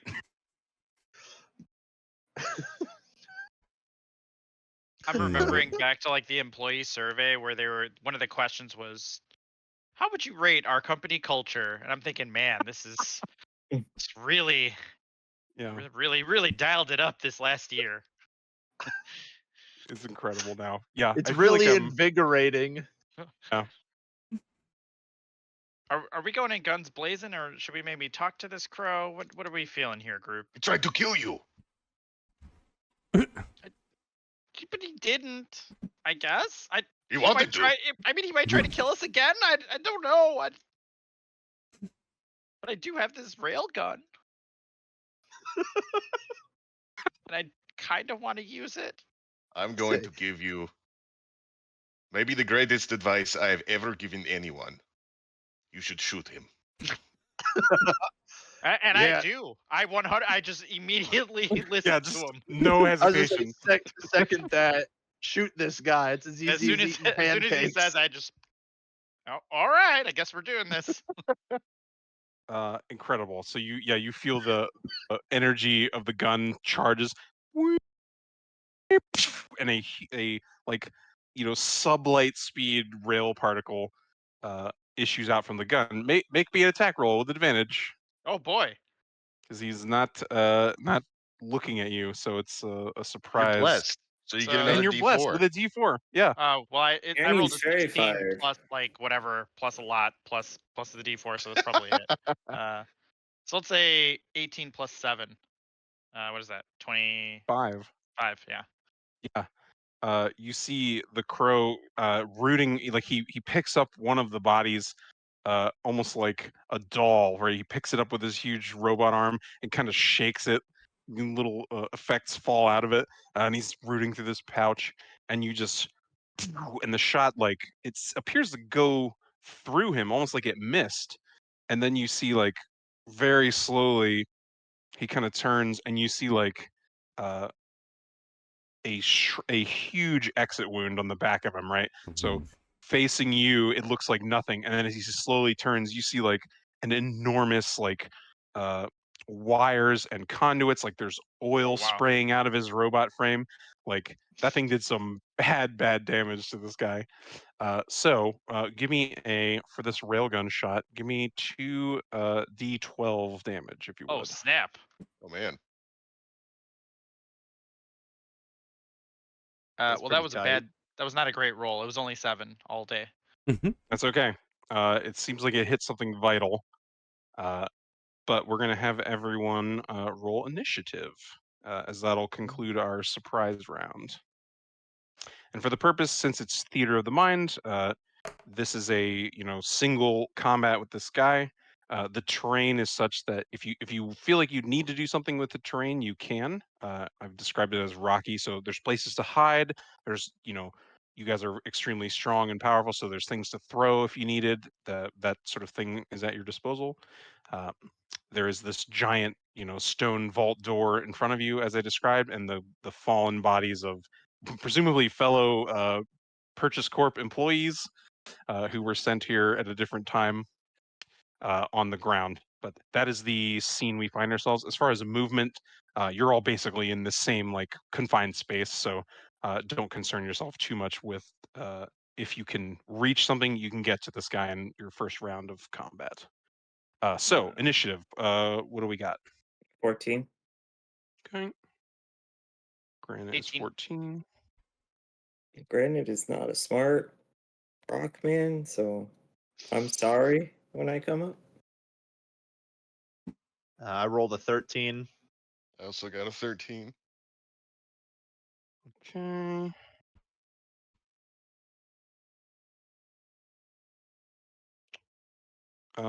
And what else? I got an 11. 11 for the good doctor.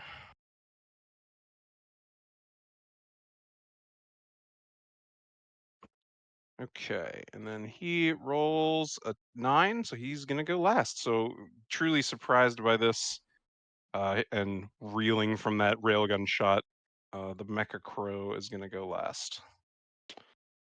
So first up we have Javi. So I feel like Javi's already pretty well doing his thing. He's gonna perch on top of Dr. Hippo and feeling powerful from all of this planar travel, he summons upon the power of the planar warrior, and he's gonna fire off another railgun shot at the Mecha Crow. And say like, Rock, you tried to kill me. What's up with that? That's not cool. And he's gonna take a shot. Okay, yeah, just roll it flat. He knows you're there at this point, and he's sort of turned to face you, so no advantage, but So still that's a 20. blessed. Oh Well, wow! He's glowing. Nice. Oh, that's right. He is fairy fired, so it'd still be with advantage.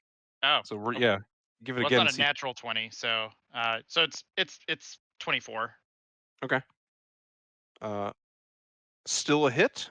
So yeah, give me that railgun damage again.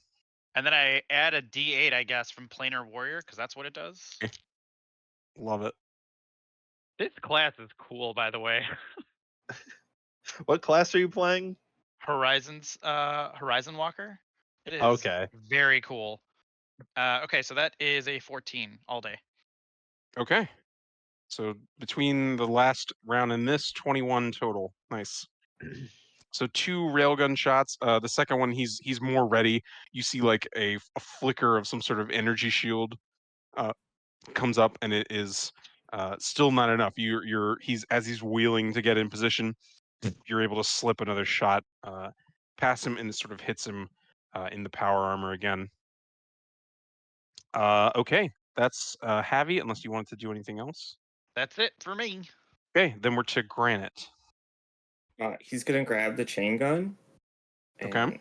And, because he's not smart, he's gonna shillelagh it, and then What does that even mean? all the dust around him, like it's almost like a magnet, goes into the minigun, and he's gonna bonk him on the head. Oh my as a God. giant club. Like it's not a gun; it's just a huge club. Yeah, yeah. I love it. He forgot to read Classic. the instruction manual. Classic Granite. Yeah. I wish that I got your weapon and you got mine. I wish I got a 15? gun. You said 15. Yeah. 15, unfortunately, is not enough to hit. I feel like so you could pick up a gun off the ground here. There has to be a gun on some. There are many guns. Yeah. There are bolters and laser guns and little explosive devices, all kinds of stuff. All right. So after that miss, you see a dust hand like get the back of his collar and just scoot me back 5 feet. My swarm. Okay. Okay. 'Cause, like, yeah. Wait. Don't you get a bless? Did you use your bless? Yeah. Bless is how many targets? Oh, you just 3, I blessed. think. Right. So which 3? Shaheen and Robbie and let's roll a dice. I mean, we could just do those two because I already Brad. rolled. Oh yeah, that's true. Since he already rolled. No, just no, keep it that's going. fine. No worries. So add your blessed die. So it's a D4, right? Yeah, it was a 15. So you, Yeah. so you need. I'll just tell you right now, you need to get a 3. 4. Oh Okay. yeah. Nice. So I love it. Somehow, you manage to, as you're using this gun as a club, I'll say like you touch the switch to turn on the barrel, and the drum end of the gun begins to rotate as you hold the barrel, and you whack the guy with it, like a storm of these little dust motes, kind of hit him, and a cloud obscures his face. Yeah, go ahead and roll your damage. That's hilarious. 4 plus 6. So then I'm gonna have the swarm move him away from the bodies he's searching towards us. Okay. Perfect. Yeah, so you can sort of, as this cloud begins to swarm around him, he staggers forward as he's sort of pushed toward you. I love that. Amazing. And I am done. Okay. Get the shillelagh minigun. Yes. Okay, we are to the Lieutenant Colonel. Ray Butts, what do you got? Ray Butts is gonna charge in there with his big old meaty power claw to attack. Give him an good old punch, and because my character is technically statted out as a barbarian, I might as well rage. Okay. What is your do you do anything special to rage, or is it all inside you? It's all Like, inside my I've character. seen some real shit, man. Yeah, Okay. he's seen some shit, fought some battles, so that's a Okay. secret cap. That's a secret cap. He's always raging. Always angry. Yeah. Excellent. Okay, so yeah, so this thing is still under the fairy fire, so you're rolling with advantage as well. Okay, let's see here. Let's roll this. And so advantage. Oh, that's rough. But I do get, what is it with, because I'm technically, oh no, that's damage. Never mind. It's damage I do. It's not. Well, I missed because my highest to hit was a 12. Okay. I rolled real low. Yep. Yeah, you roll up to him with this power claw, but he this huge robot hand like grabs you mid punch, and he just kind of stares you down. And says, "This is not your fight. Uh-oh. There's no need for you to die here." And he sort of shoves the claw to the side as you try to make the attack. Okay, that's to Lenya. Okay. Smite him. This is gonna come as a shock, but I'm gonna swing the lightsaber. Attack him with the lightsaber. Yeah, perfect. Let's go. Let's see. There we go. It's a 24. Nice. Ooh, yeah, that definitely hits. And I'm assuming I just do a long sword of damage. Just do the longsword, but then double your die damage for the okay. for lightsabering. For laser sword. Okay, For so for legally that's safe knockoff of a lightsaber. 12 damage, and then I'll do what's it called? Oh, your smite. Yeah, you can still smite on Divine top of that. smite. Yeah, there we go. Retail smite. It's another 2d8. Yes. Okay.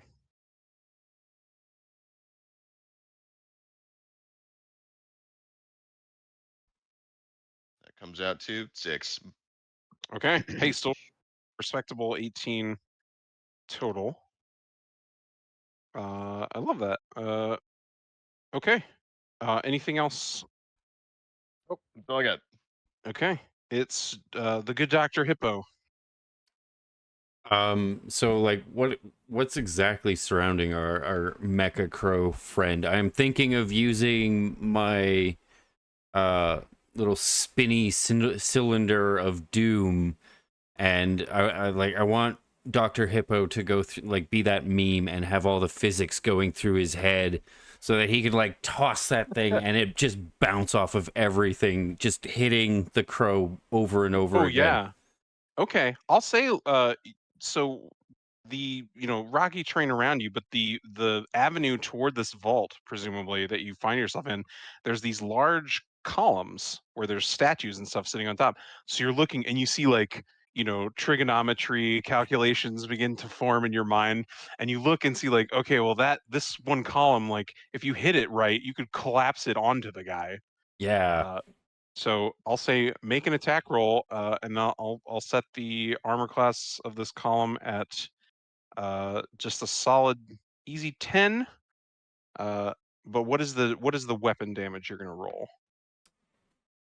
So what's your normal weapon? My normal weapon, where's my... Probably a cantrip for him. He's a wizard. Yeah. It would probably be like a gust or where are we? Holy shit. Gust I use a lot. Ray of Frost or Mage Hand? No. Okay. Yeah, Ray of Frost is like a D8, I think. Yes.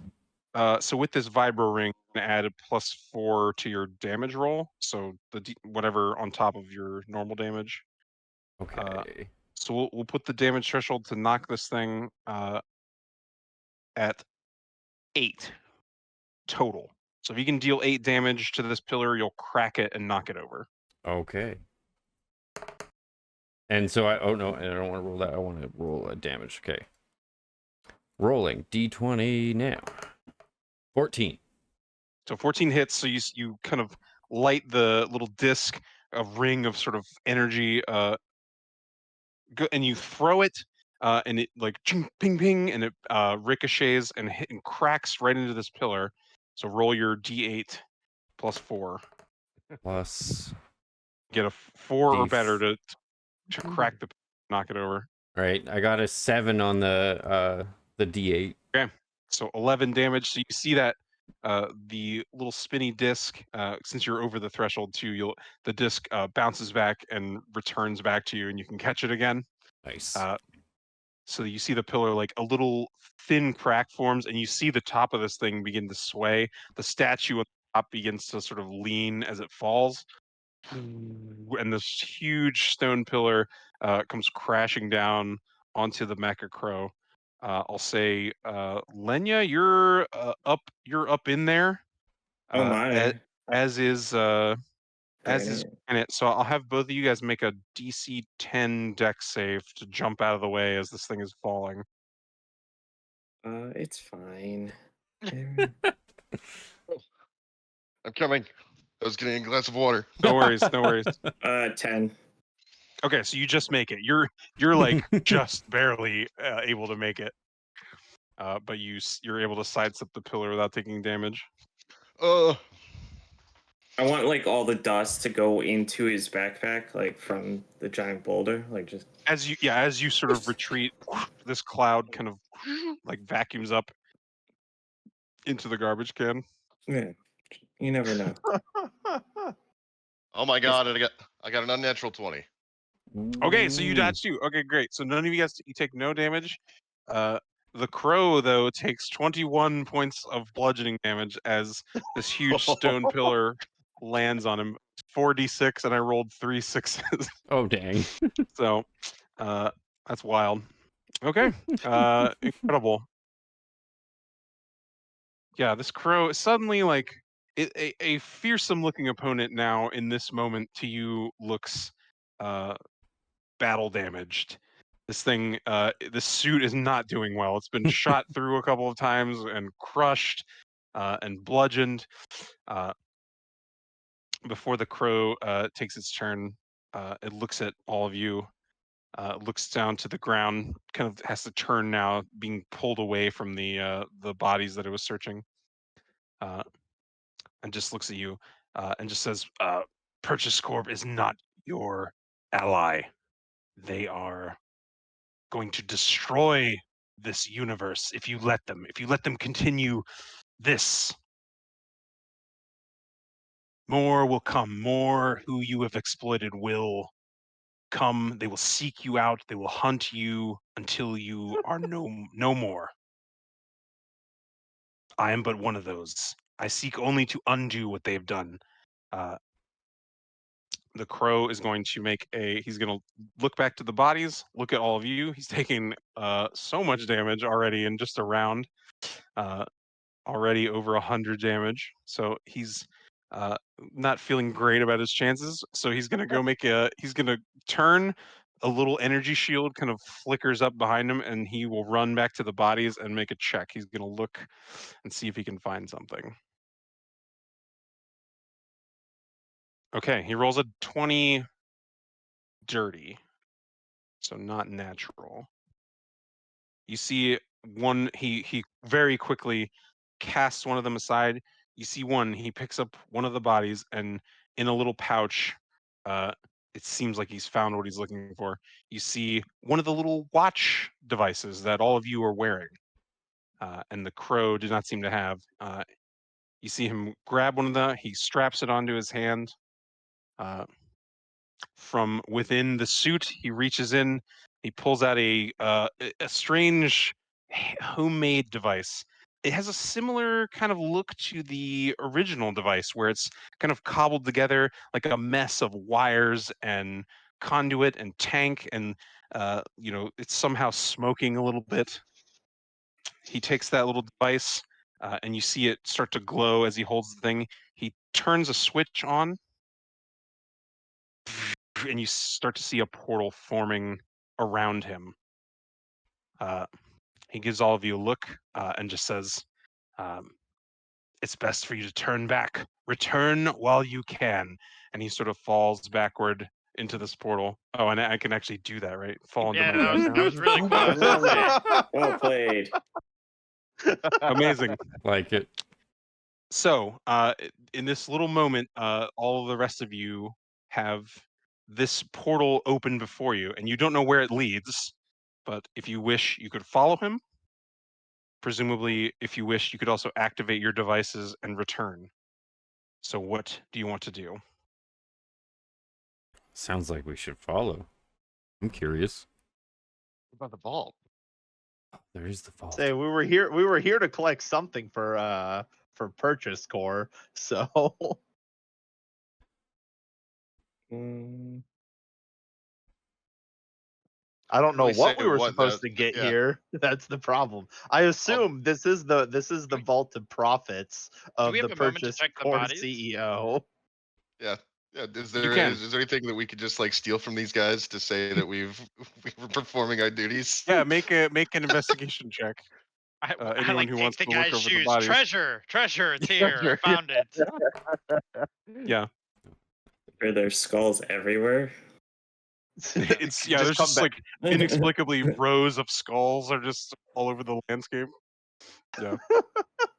I did not roll well on an investigation check, so. Yeah, Nor got did an I. Yeah, I rolled a 9. Okay. You guys find all kinds of interesting stuff. There are employee IDs. You find a pack of gum. I put an You employee find- ID on. Do we recognize any of them? Like, did they come from like our time? You know what I mean? Yeah, like, we know- you like I'll say like you don't know any of these people at a great like deep personal level, but you know that like these were probably employees that you've seen around. You've definitely seen several of them in your store before. So they seem like they were employees. And yeah, the employee ID confirms it, right? It's like, purchase official perfect purchase employee ID, and then perfect purchase has like a little decal sticker stuck on over it, which just says Purchase Corp now. And they're quite dead, right? They're quite dead. It looks like cut down by bolter fire and chain gun or chainsaw blades and different other things. Oh my god. So yeah, that's all you find. You do see like there's one of them had like a satchel. It seemed like it had something, but it looks ripped open, like it was cut with a knife or something, and whatever contents. If they had made it into the vault and were leaving, who knows? But the contents are long gone with those investigation checks. You guys don't find anything of what they were after or what riches they might have held at one point. Whatever they wanted from the vault, he clearly pillaged, right? So Are there any other watches? There are with that none. There are employees? none other that are functioning that you find. Yeah, there's other ones, but some of them are damaged, crushed, or broken, and they don't seem to be functional. They're not glowing like yours are.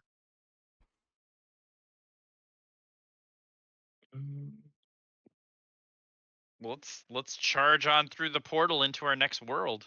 Ooh, that's a tough choice. Because leaving means I won't be here anymore, and this is basically heaven to me. Amazing. Like, I don't know how much you know about D&D Goblin religious lore, Yeah, but it's really close to the techno-fascism of the Space Marines, right? Oh my god, that would be. And the Goblin God of War is constantly warring with the Orcish God of War, so it's just like it's literally just what's happening right now. Yep. Dude, Oh, how man. hilarious would it be if we lose one person in each reality because it's like their version of the reality they Their wanted to perfect be in? reality. Sorry, guys, this is my Yeah. home now. Entirely up to you. Just No, keep rolling new characters up through the night. Right? Yeah.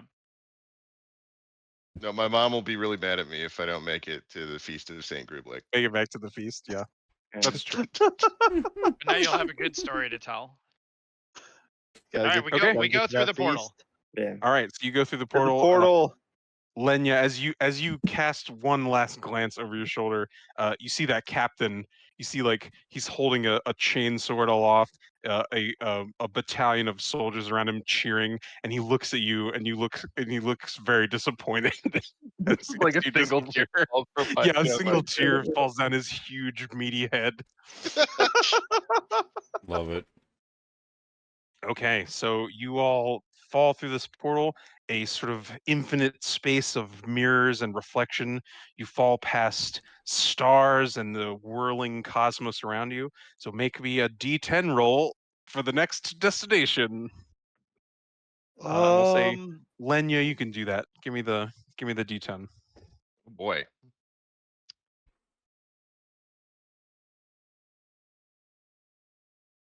D10 comes out to 5. Okay, and we already had a 1, so now we're 1 and 5. Okay, 5. You see, you once again your vision blurs.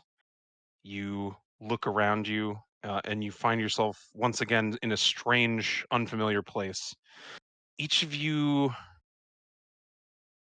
there's a lot of beige here. It's a very like light tones. There's a soft carpet under your feet.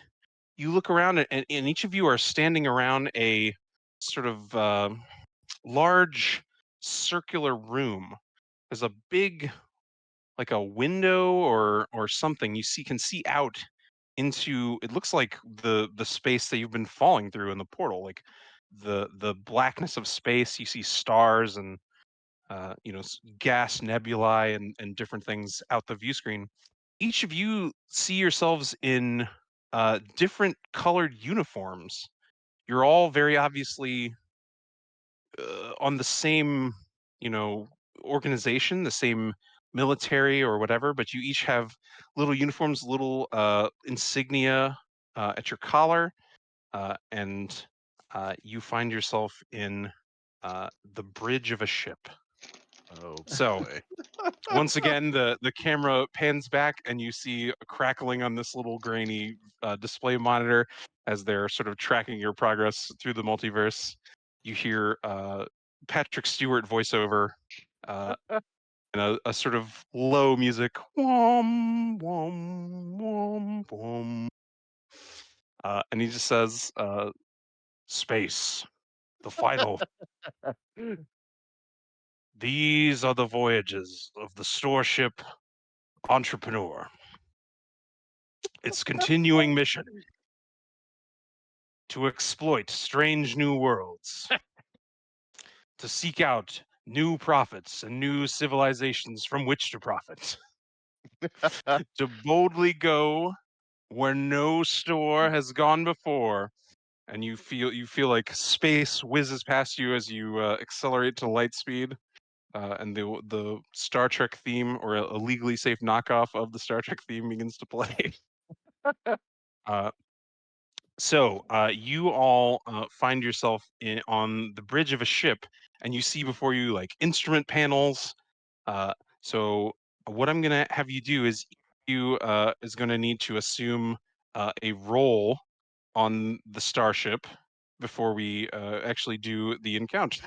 So if any of you have something you'd like to do, like I would like to be, navigation or uh, the science officer, the captain, whatever. If there's any people who want to double up, we'll do a roll off. But I think you guys can probably work that out amongst yourselves. What roles on the starship would you like to play? So we should probably do the obvious one first, right? Like, who's the captain? Yeah.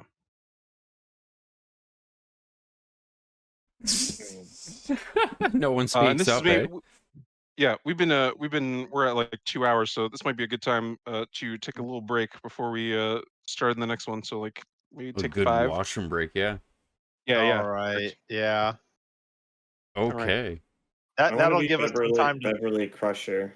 Just Dr. Beverly Crush. yeah, like Granny has red hair now. Just Yep. somehow. The turquoise uniform. Yeah, absolutely. Yeah. And at least 2 of you are gonna try to bang her. Yeah. And I just pack dust in You wounds. have a super annoying son that everyone wants off the ship. Oh god. Yeah, but then he becomes a sex icon for nerds everywhere later on. Fair. Jesus. Okay, But it's incredible. true. So, But it's true. All right, BRB. All right. all right, we'll Be take right a back. 5 and Alright. come right back. And There are a lot Kender of can't steal dragons, though. people.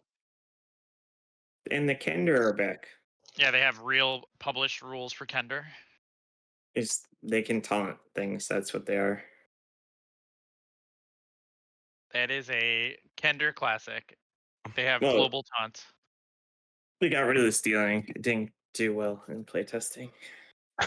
Probably everyone was super pissed off. Like, these people just want to play a Kender and then steal everything from everyone, and I hate it. Well, like the version they had was like you rolled a table and you pulled out like random items out of your pocket. That's interesting. Like, there's a 25% chance that the common item that you want you just have. We It's played just with in that your- rule and it was hilarious. Yeah, it's very funny. Like, it's just you just get a bunch of shit in your pockets all the time, and you don't know what you have until you try to look for it. That's neat. I think that's funny. The wild magic out of the bag of holding, effectively. Yeah, it's effectively. I like that a lot. That does sound fun. It's not really overpowered either, because it's like, hey, do I have like rope? Like, I don't know, like maybe. It's not like I pull out like a holy avenger and fucking smite the guy. Like, that's not a thing, right? Yeah. I still have my Corax list from when we played White Wolf, and he had just a bunch of random shit that I wrote down, just in case. What from when you what? When we played White Wolf, we played Werewolf Apocalypse. World for of a while. Darkness, homie. Oh, okay. Yeah, Not that's White Wolf anymore, is it? Yeah, it is. Well, White Wolf's the company, right? No, I thought they got bought out. Maybe not. I don't remember. I don't know. Is that? Oh no, yeah. White Wolf Publishing. I think it's something else now, but yeah, it's the same. Like, that's the vampire people. Yeah, Right? Vampire Masquerade. We were playing Werewolf Apocalypse. Okay. have it somewhere. Cool. Well, looks like everybody's back. Shall we continue? Yeah. Let's go do for it. All right. Yeah, the swelling orchestral score, dun, dun, dun, dun, dun, dun, dun, is playing. So, what job on the ship would everyone like? We've got there are many and varied. Whatever seems interesting to you. You know, some of the classics, right? Like science officer and engineer. I'll go engineer since I'm wearing the yellow, and Right, you're talking yellow. about the Picard series, like era. Perfect. So we're I gonna wasn't die. joking.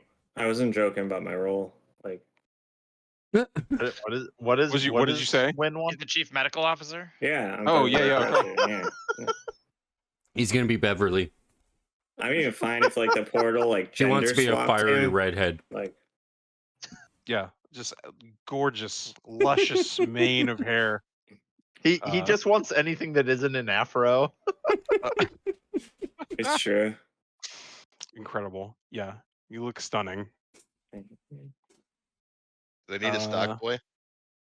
I mean, you can just be the, navigation Ensign, ensign yeah. or whatever. I can't be a red shirt. Yeah, absolutely, you can. You're not gonna Ensign like what it ends, so-and-so. but you could be. Security officer, so and so who doesn't even have a name in the episode. Yeah. Yeah, I want to be one of those guys. Okay. Perfect. I love it. A red shirt ensign. Oh my god. I want to be the chief of security. I'm Mr. Worf. Okay. In the spirit of getting jobs that I'm not qualified for, that feels like the right thing to do. Love it. Okay. Does your So we Kenku still have like the Yeah, he's Klingon got like a little forehead? molding on his forehead.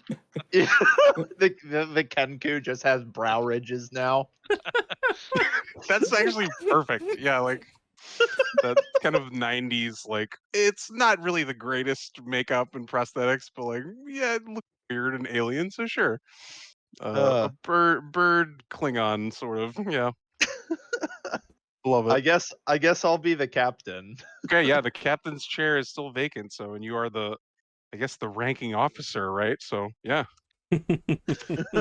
Okay. So You got to be the number one then. You got to be number two. You got to be his number two instead of a nameless guy, because that would be really funny. yeah, do you want to do that, or does the ensign still speak to you, Mr. Quentin? Yeah, no, I want to be number two. Be okay. It's still a red shirt, so I mean, Number one, I order you to take a number two. You have to also step over all chairs that you come up to. No sitting over them properly. You just gotta pull that Jonathan Frakes. the Jonathan Franks. once you see Yes. that, you can never unsee it. That's all you see now. pretty much. I read somewhere, it might have been on like Memory Alpha, that like he had a bad back or something, Yeah, it was and because of that's his why he did it. back. Yeah. That's hilarious. Good Yep. job. Okay, well, you this sort of gentle beeps and faint little sounds of the instrument panels begin to operate. You see these like very sleek, controls before you, and you all find yourselves once again changed. You seem smarter, like more ideal versions of yourself. Sort of aspirational for who you would want to be as a society. You very much understand how to operate the ship, and so effectively, what we'll do is, if the ship needs to do something, we'll have the closest appropriate person, whether it's engineering or medical or whatever. We'll have a check. If there's no like player who's running it, we'll just have the captain just roll a d20 and see what happens. But you sort of find yourself cruising as you are doing your mission to explore space. And in a strange way, you also remember your previous life and your directive to seek out new things to exploit, new profits to be had. So, piggybacking through this sort of utopian society, you No, you know what you're seeking. So, Oh. the ensign at the communication helm just says, "Captain, we're receiving a distress signal. It's not coded, but it is using a Federation frequency." So I'm actually in the middle of the monologue. He says this, so let's go I through love my that. Yes, monologue. go ahead, please. It's more of a Stardate. Captain, could you? And you're like, hold on, 1 moment, Tenson. one moment. Ensign." Stardate. I'm not quite sure, but this is the journey of the store ship entrepreneur, and I have just rolled a 16. I don't know what it means. Yeah. So you you can kind of step over. The ensign will show you it is a sort of formulaic distress signal. It would be like a common beacon that maybe like merchant ships or non-federation or non-military would use. But it is I guess who's the closest to science station? I'll have Robbie. You can do this as medical. Okay. You happen to be on the bridge, but give me a D20 for sensor readout. 20. Natural 20. Ooh. Yeah. Okay. Woo-wee. You see, it is the distress signal seems to be originating from like an asteroid belt around this little star system. Just a simple, it's kind of Earth-like, similar. A few uninhabitables. But there's there's this big asteroid belt, and then within the asteroids, you're detecting this frequency. The science station sensors are also showing, though. What's what is the Star Trek Tritanium? Is that right? Yeah, Yeah. it's high. Dilithium. It is the mineralogical survey shows incredible concentration of tritanium, and I think duranium was the other Star Trek Yeah. thing, There's if I remember right. dilithium as well. I don't know. Dilithium too. Duranium crystals, that's the other one. Yes, I think duranium's like Twilight Imperium, maybe. So yes, you see your mineralogical survey shows rich deposits of mineral and crystal wealth, which to your purchase corp eyes would seem extremely profitable as well. Excellent. Thank you for the donation. I had the Zelda theme go off and I was confused. Oh. But let's see. So the ensign will report that information. So that's available to you, Captain Butts. Captain Butts. Butts. The venerated Federation Captain Butts. We had a thing in the past, but now it's just professional. I like it. Is this distress signal coming from the location of these rich and valuable ores? Seems to be, yeah. They seem co-located, so it's certainly possible. And the ensign will remark, it's possible, Captain, that it's a mining vessel, and they've simply encountered a problem. But I think we should see if we can be of assistance. It's a Federation signal. We don't have a navigation officer, do we? We don't have a Mr. Sulu or anything. No, Or a a helmsman. Chekhov. Yeah, no helmsman. Can we do a Just a sensor character. sweep before we go down to do anything? Are there any lizards that need wrestling?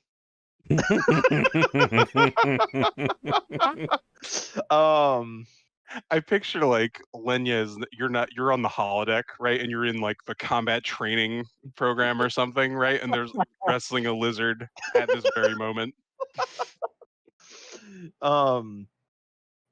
Yeah, we'll have our science officer do a sensor sweep, I guess, as we chart a course into the unknown. Okay, perfect. Yeah, give a D20 roll. All right. 12. Okay, sensors are showing a tight grouping of fairly dense debris it seems mostly rocky in origin. It seems like asteroid collisions or something of that nature would have generated this field. But there is a vessel within the debris field as well. So it's possible they were damaged. It's possible that they were investigating the same mineral deposits that we detected.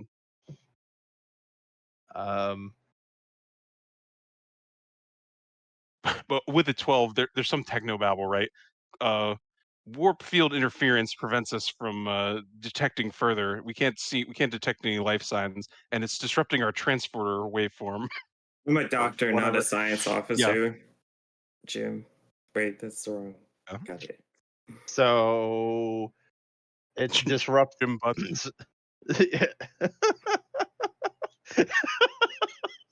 So it's disrupting our teleporters for away.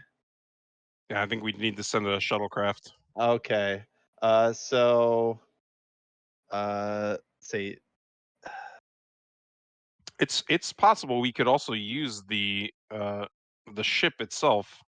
I'm not sure what engineering thinks about that, but it's a pretty dense field to send anything in. It's just a question of whether it's more risky for a small craft, or with the ship you have the the full complement of the deflectors and Yeah, I was gonna say if we reroute all our power from. I was about to page engineering and ask if engineering could give more power to our deflector shields. Damn it, Captain! I'm giving her all she's got. And is there also like an elephant like whine at the end of that, like with its trunk? I was at the replicator. Like, let's be real. Like, I think we can, reroute power to deflectors and shields, and we could probably take the ship in itself. All right, let's maneuver. Navigation, helmsman, bring us into the field. Aye, Captain. And they'll take you in at low impulse, safely, slowly. But the ship, you sort of your sensors and displays indicate like the ship is it's requiring some power draw to keep the shields active. But roll me a d20, Dr. Hippo, if you would, for the engineering check. So we'll make sure that the shields hold. I rolled a 13. Okay. DC 10, simple enough. Your like I said, power draw is a bit high, or it's a dense debris field, but you're able to sort of make your way through. As you come upon the vessel, it appears to be a Federation ship. This is not a it's a Federation signal, but this seems like a Starfleet ship, a Storefleet ship. Did we scan for life signs already? Now that you're closer, yeah, I'll have someone can roll me a d20 for your sensors, since you're passed through the debris field. we should have security do it. All Security do the life sign scan? I'm a doctor. I feel like Too late. I rolled it. I rolled a 4, homies. Oh no! Yeah, no, no. There's no life signs aboard, Captain, that we can detect. But someone had to have sent the signal, right? Well, exactly. There's got to be something down there. I can't help but feel like you're calling me bad at my job here.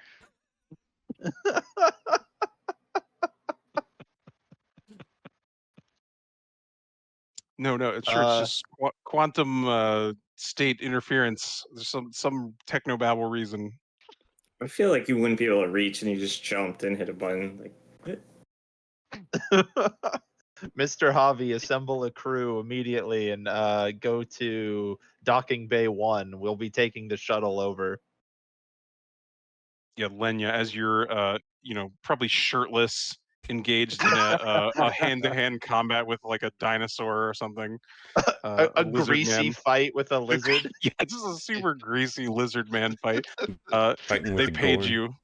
Yeah, they'll page you. And Ensign, we need you on deck 1 or docking bay 1 for an away mission.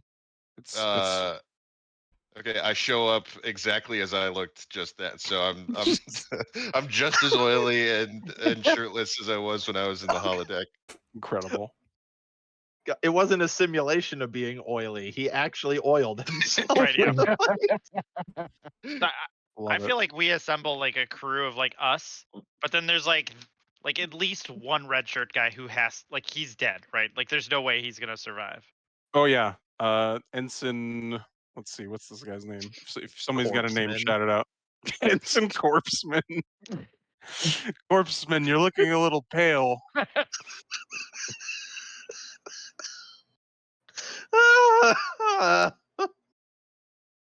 It's pronounced Corpusman. It's Corpusman. Yeah. No, it's not, Betty. No, it's Don't not. worry, Corpusman. It seems like this is a routine safety check. No, nothing to worry about. Oh my god, it's incredible. Well done. Okay, so you assemble the away team. Is everyone going to accompany? I realize the protocol may not dictate that, but if the whole party wants to go, you're welcome yeah. to. No, we should go. We're Yeah. not Oh, the party. we're this is definitely original Star Trek. This We're is all a TOS we're- away team. Yeah, The whole yeah. command crew. The entire command staff goes. Okay, excellent. And one ensign corpseman. Corpusman. Corpusman. Corpusman takes point into the derelict vessel. So you take the shuttlecraft out into, once you've passed through the debris field, it seems relatively peaceful here. You're able to dock with the ship. You find, though, it seems to have lost power. So the interior is dark. The hallways are littered with random conduits and debris in a way that seems like they had suffered some sort of trouble. And there's a low sort of low budget special effects haze kind of hanging on the ground.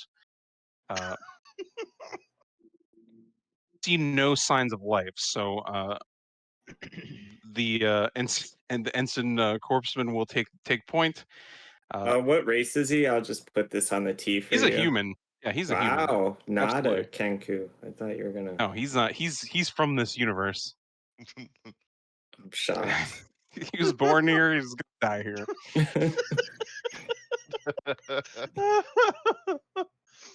So he takes point, and he's got his little tricorder out. He's sort of scanning, and he just remarks, "Yeah, no, I'm not detecting life signs or really anything here. It's strange.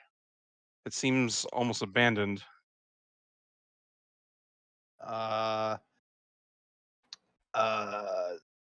Chief Engineer Hippo, or it's Chief Engineer Dr. Hippo. This is a Federation vessel. Do you know what class this is? Do we have like a Star Trek accoutrement with us, I guess? Do we have like tricorders and stuff? Absolutely. All right. Your Starfleet Yeah. So I like pull out my tricorder and gear. Yep. I'm like looking around. I'm like, okay, and it's a let's just say a Star Gemini. There we go. NCC 2203.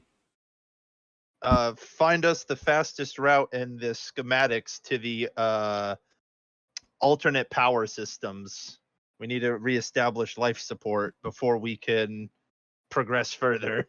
Do I need to roll, or can I be just like, yeah, down the hall, take this Jeffrey's tube? No, absolutely. You can take like the nearest terminal and just see if you can establish anything. It should, most of these vessels, unless it's been abandoned for a long, long time, should still have emergency power and emergency functions. Okay. So yeah, make me an engineering check. So take a d20 and add, I'll say any relevant looking intelligence skill that you might have proficiency in, if you've got one. I don't know what skills you've me. got trained. Let's see. Yeah. I can use like investigation or something like that. Yeah. Perfect. Okay. Yeah, that seems perfect. So that's a +3 for me. Okay. Whoa, no, it rolled over to 7. So 10. 10 total. Yeah. Yeah, you're able to access the system. Emergency power is still functioning. You can issue the emergency power, like, hey, I can issue limited commands from this terminal, but in doing so, they don't seem to function. So you're not Okay. able to immediately initiate power restoration from here. So yeah, you would need to probably get down to engineering, or maybe get to the bridge where there's a more capable sort of suite of command terminals. Then I turn to the crew, like the rest of the crew, and ask them what should we do, bridge or engineering? Bridge would be where distress signal would be sent, right? That's a good That's point. probably where they'd have like the logs. So bridge it is. Yeah. Good. Good observation. Is Lenya an ensign in this reality? I think you're an ensign, yeah. Okay. Good observation, Ensign Lenya. Let's have you and Korpazman take point as we approach the bridge. Yes, sir. I guess we'll have to climb. We'll have to climb through the tubes, right? The turbolifts won't have power Oh, with Perfect. I'm already emergency greased function. up. Just slide right through. Yeah, actually, I'll say, if you want to go first, Korpazman will follow you, and then he'll make a dex save to see if he slips on the greasy ladder. Okay, he for the moment he's still fine. This is an 18. Oh my god.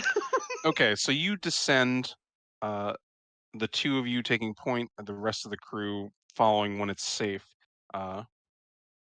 But you find yourself from the entry level, like the docking hangar, just a couple decks down to the bridge deck, which sits forward a little bit, on a Gemini star class. Apparently, that makes sense. Sure. So yeah, you come to the bridge door, and you're able to force it open without the aid of power. There's no lights or anything. But the bridge seems heavily damaged. It seems like the sort of thing where the ship might have sustained fire. You haven't been able to get a readout or anything, but the bridge specifically has taken a lot of damage, and you see uniformed bodies on the ground. It looks like in a moment of the ship taking fire, that they were thrown violently from their chairs, in which they're not wearing any seatbelts, and somehow, being in the bridge of the starship, they managed to sustain terrible injuries in whatever had occurred here. So you see like fire and scoring marks on the walls and places. Uh, it's a grim scene as you open the door. There is a small blinking light, like under emergency power. There's still the distress signal transmitting from the communications terminal. But for the moment, nothing else really catches your eye. You're free to investigate. You can try to get the computers working. Anything at all you want to do, you let me know. Yeah, let's try to get the computer back online. Get at least basic power going. Yeah, go ahead and make me an investigation roll. All right. Anyone else doing anything while that's happening? You said it was Hold up. gruesome? Oh my gosh. 4. Yeah. Do you want to look at some of the bodies? Yeah, I might as well, It's all my Okay. years of training as a I'm medical a bad officer. engineer. The last. Yeah, make a medicine roll. I'd say with advantage, because you, somewhere in your multiversal brain, you're also a doctor.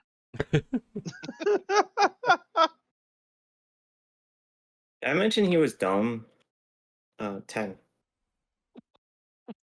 It's becoming obvious now. Everyone, you're like looking at these bodies and like strange, just kind of manhandling them in strange ways, and just like, I don't know, it's incomprehensible. And everyone, you all think back to the time not so long ago when Granite used a minigun like a club to beat a guy, and think, I don't know about this ship's doctor career. that Yeah, I'm you've just chosen kind for of yourself. poking them with my finger. And go, Yep. I don't know. They're just like the bodies are just filthy after you've examined them. What you do discover is that they are not store fleet personnel, but they are purchase corp personnel specifically, in much the same way as the other bodies that you'd found. These people did not come from this plane, this dimension. Interesting. But looking through their effects, you don't find anything other than the same devices that you all wear. All of theirs seem inoperable, damaged in some way. What was our check for trying to restore power? 4. 4. Yeah, I think you're able to access a terminal where you get command function and you get access to engineering systems. The ship is far too damaged. It's you're gonna this ship essentially should have been abandoned, right? These guys. I'll say even with a 4, like that level of damage to you indicates that along with the damage in here, maybe some sort of ship-to-ship weaponry, and not simply like a collision or a mishap, right? This is devastating damage to the ship. Right. Okay. Interesting. Is there any way to like find out how recently this went down? Yeah, you can make another investigation check for like a technical. Third time's the charm, right? Right? Yeah, surely we'll get something. Okay, 15. Oh, jeez. Okay. Yeah, so like the ship is probably too damaged. You're able to, as any good engineer is, you can always find a little extra power somewhere. You're able to get one of the view screens to turn on. You're able to access ship schematics and a technical readout. And it looks, as you kind of go to investigate and you're looking over the damage, it looks like a barrage of torpedoes. Interesting. So this ship, yeah, like a warship did this. Pardon me. Anyone?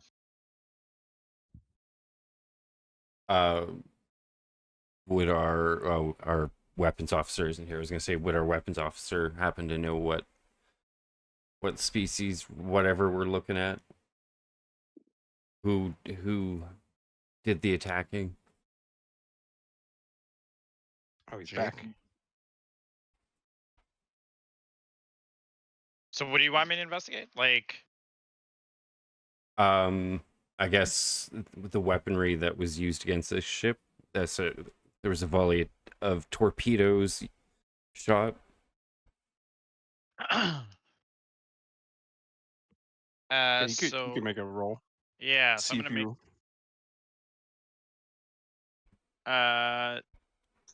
investigation. Yeah, so that's a 14. That's not too bad. 14's good. Yeah, somewhere in the back of your mind, you've seen readouts and you've seen scatter pattern and different things. These weapons look like they originated not from a Starfleet vessel, but certainly a friendly one, at least in this time. The Federation are close allies with the Kenku Empire. And as you think of that, a shimmering sort of avian-looking shape, the lone view screen that you've managed to power up, the forward display clicks on. You see the kind of wavy lines of a cloaking device disengaging, and you see a Kenku bird of prey before you,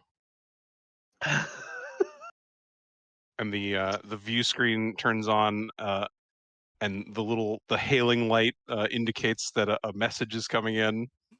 Captain, I think it was those guys.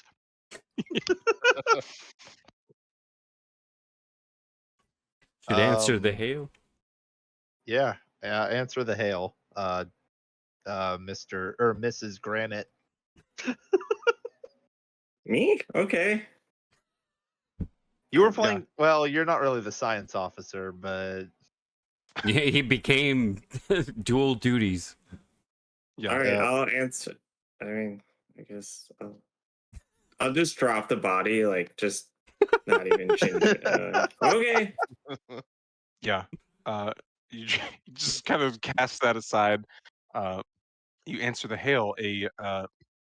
A video appears on the screen. You see a sort of dimly lit bridge, just kind of shadowy figures lurking in the background, and almost on a throne centrally located in the ship.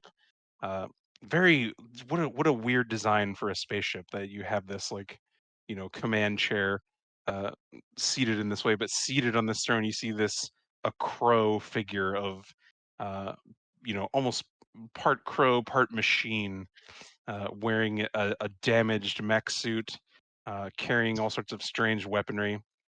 You see this crow, and this crow hails you in the same sort of crackling, robotic, augmented voice comes through, and it just says, uh, "Surrender to me your tracking devices if you wish to leave this place alive. The rest of your Federation friends are not so lucky." hmm. No. I go, please hold, and I hit a button, like just to. Yeah, it's like you have, and then you cut off the audio. Well, we have no power, and we're several decks away from our ship. Oh, that is a Group- problem, isn't it? Group Puddle here. Can we somehow? No, I failed to check for powers. I was gonna say, can we somehow figure out how to get some weapons working here? You possibly could. There's still certainly an option. It's something they might detect if they see you rerouting power internally to power up your weapons. That's But true. you could certainly try, right? So I leave this to you, right? This situation doesn't necessarily have a clean solution, but I'll leave you guys to figure out what exactly you want to try, and then we'll roll the appropriate checks and Can- see if it maybe- works. Maybe you could like stall and get him to like talk about his plan, and I'll try to get the shields up or something. That's a good option. We could do that. We could also try and get power to their transporters and see if we can teleport ourselves to their vessel. That's a much Oh, better Yeah. idea. Within Yeah. within the debris field, right? You guys, it seems like transporter function would be working once again. So yeah. Yeah, that sounds that like might a work. decent idea. yeah. I mean, shield idea is good. Also, teleporting to their ship is a good idea. I like that. I like that for sure. Mm-hmm. The teleporting to their ship. Mhm. All right, Okay. so Hearing Doc- the suggestion to sort of stall him, that someone had thrown out, Corpusman will say, I'll take the helm here. I'll distract him and try to buy you guys some time. But just, when you get down to the transport and get it working, don't forget to transport me out. I'm counting on you guys. I asked Corp Husband if he has anybody he loves. Like, I just want to know, like, who are his loved ones? I just want to know. Yeah, I mean, it's a Starfleet vessel, right? They let us bring our families. They're on the ship. Oh my god. Oh, do you have a watch or anything you want to give them just in case? I mean, I guess, but why?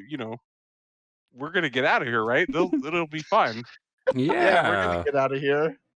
Okay. Well, don't worry about it. And he re-engages the comm, and just says, as you guys kind of slip out the back, you hear Corpusman is just questioning the crow guy, and what led you to down this path, and then the crow is like, the Federation has done nothing but lie to all of you.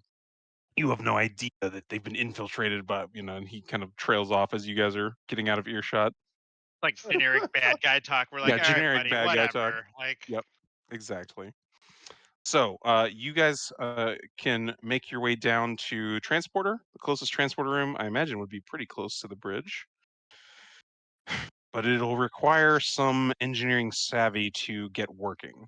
So would any of you be able to assist with this in any way?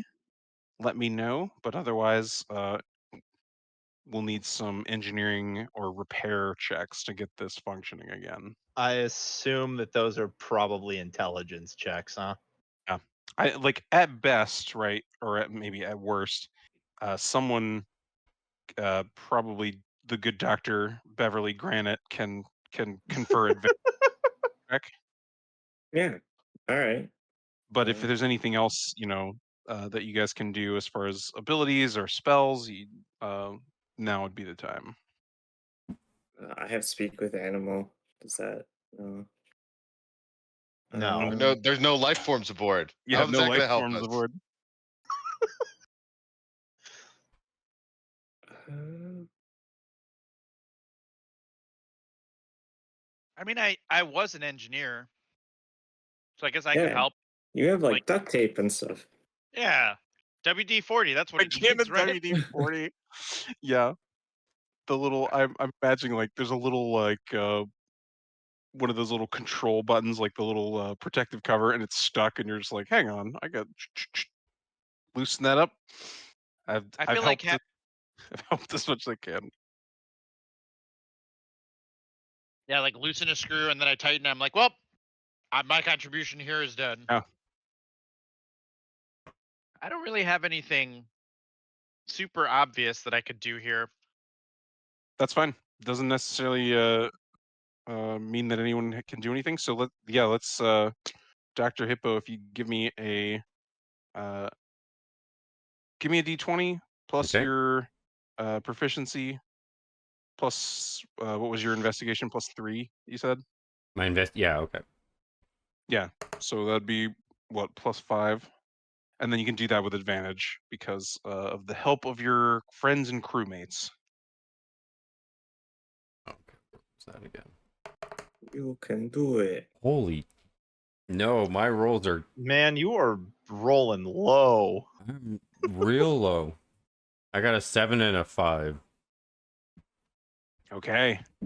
You attempt to transport onto the enemy vessel, and for a moment, it seems like it's going to work. You're able to route power in just the right way. You're able to get transporter lock, and then the ship begins to lose power, and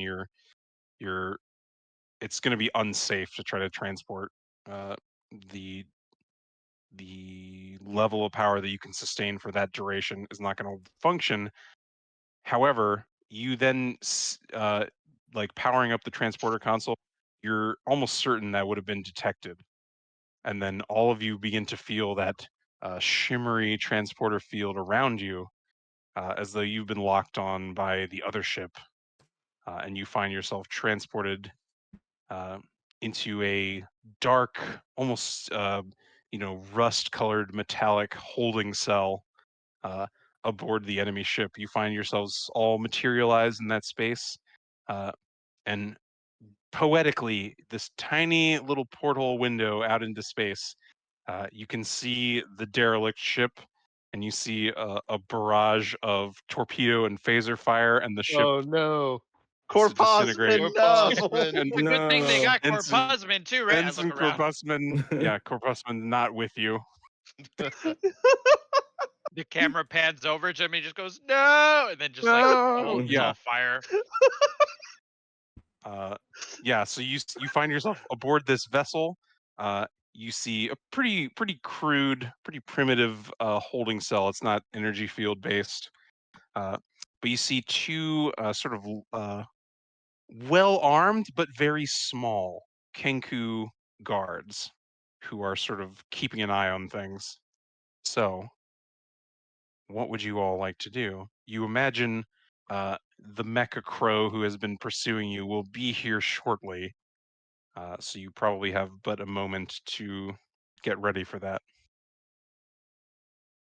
Hmm. How close are they? How Just crude is this? how crude.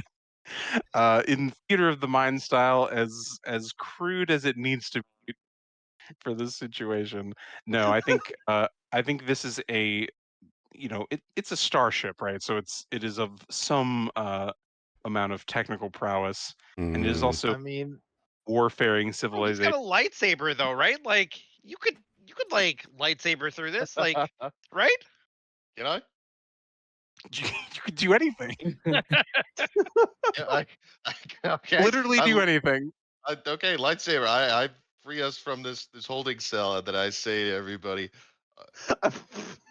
we're also talking about starships that have random panels explode, like when someone looks at them wrong. So Yeah. that's why I was like, how Just don't like how drop that crude? lightsaber. Do not drop the lightsaber. It'd be so bad if you Burn drop the through the lightsaber. ship. Okay. Yeah, I'll say make an attack roll with advantage. It's pretty They easy. teleport us into a holding cell, and he just looks at it. Just No delay. Just. just cutting a hole. That's a good thing there was advantage there because that was a 1 and a 20. Oh no! Yeah, that would have been so bad. Be the That would have been hilarious. He drops it. drop the That would have been lightsaber really funny. vertically down and it just disappears. But yeah, it really jumps in your hand when you turn it on and but you catch it. You begin to cut. You see the two guards look, and that sort of molten circle of metal begins to form as you begin cutting your way through. And just as the two guards decide that it's time to open up the cell and dispense some justice, you kick that cylinder of metal out. It clangs down on the floor, and you see those two guards standing there, like looking at you. They they pull out their weapons. They have inexplicable like bladed weapons, weird curves and spikes all over the place. I smack it out of their hands so we start wrestling. Yes, Go ahead yes. and roll. Go ahead and roll initiative. And we'll I set say my phaser to kill. Is it? that's Do fair. all of us roll initiative, or is it just Quentin? Yeah, Quentin's gonna take on everyone these two would roll Kenku by initiative. himself. I rolled a 5. 21. 10. And a 16. I also have a 16.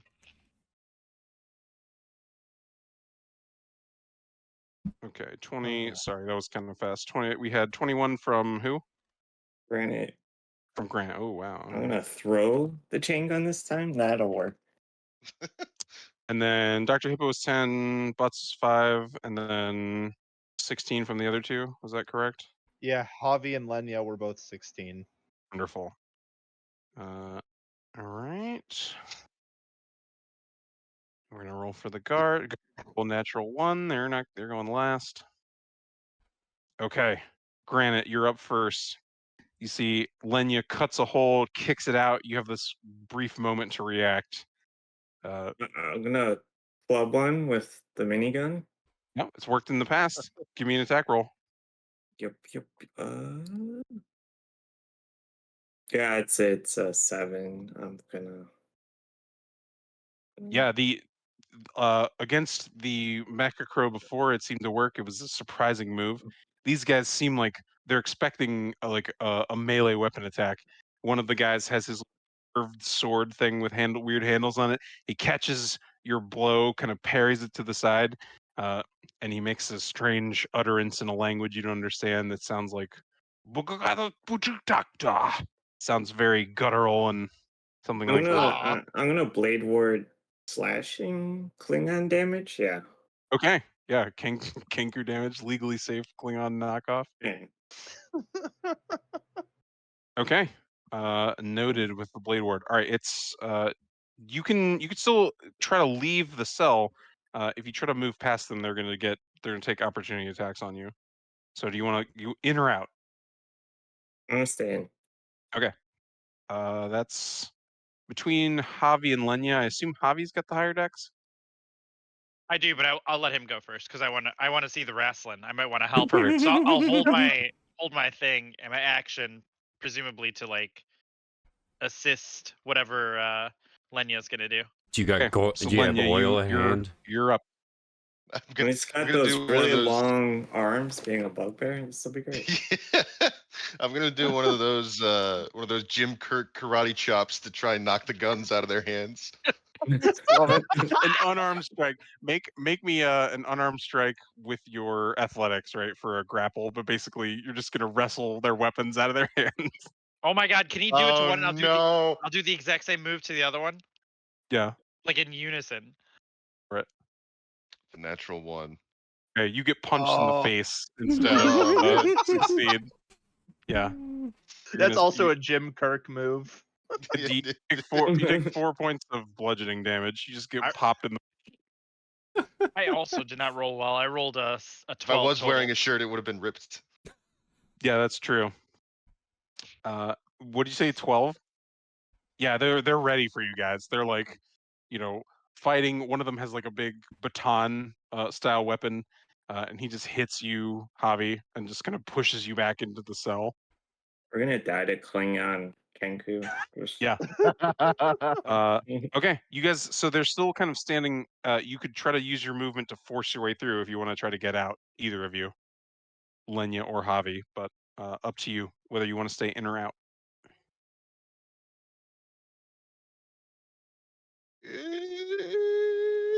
You know what? I'm a red shirt. I'll be the first one out. Okay. I mean, you're a no Going shirt right now. But... bravely striding into the fray, and knowing that once an enemy has used their opportunity attack, they cannot take another one with their reaction. You take. What's your armor class? That's a 15 for the first strike. I guess I don't have a shield, do I? So it'd be Probably not. I also don't have chainmail, so Probably not. we remove those. My AC is 11. 11. Okay, so one hits. The other one is a 3 naturally, so that's not going to hit regardless. But yeah, you get punched in the face. You additionally you take a slash from this bladed weapon that the one guy has, dealing an additional 5 points of damage. But you can get out into the room. So now you guys see Lenya kind of forcing out into the room and gets kind of behind them, so that they're now having to like watch from multiple angles. So that's to Dr. Hippo. What would you like to do? How close are they again? Within melee range, like within 5 to 10 feet. So Okay. if you can hit them through the opening in the cell that Lenya cut, but you can also kind of squeeze your way out of that hole. But they obviously know. They know what's happening. They saw you guys cut the hole. There's no just smacking their two heads together. So I kind of like start doing the math in my head again, and I look down at the toy from before, my circle blade, and I'm just like, yeah, and I toss it in hopes of it just bouncing between their two heads over and over and over again. I love that. Okay, so make me one attack roll flat, and then make a second attack roll with disadvantage, and they'll see if it bounces and can hit the other guy. Okay, so roll high. Yeah, right. Okay, a 15. 15 and then is exactly what you need. Now I need to roll at what disadvantage you said? Yeah, so and roll it so it hits one, you like ignite the disc, Okay. chuck it at the one guy, it bounces off his head and then Does it hit the second guy? The second one was a 7. Okay, so the other one kind of reacts to that, and it sails over his head, clatters into the wall. But you can roll that damage +4. Roll your d8 +4. All right. That's a 5. Okay.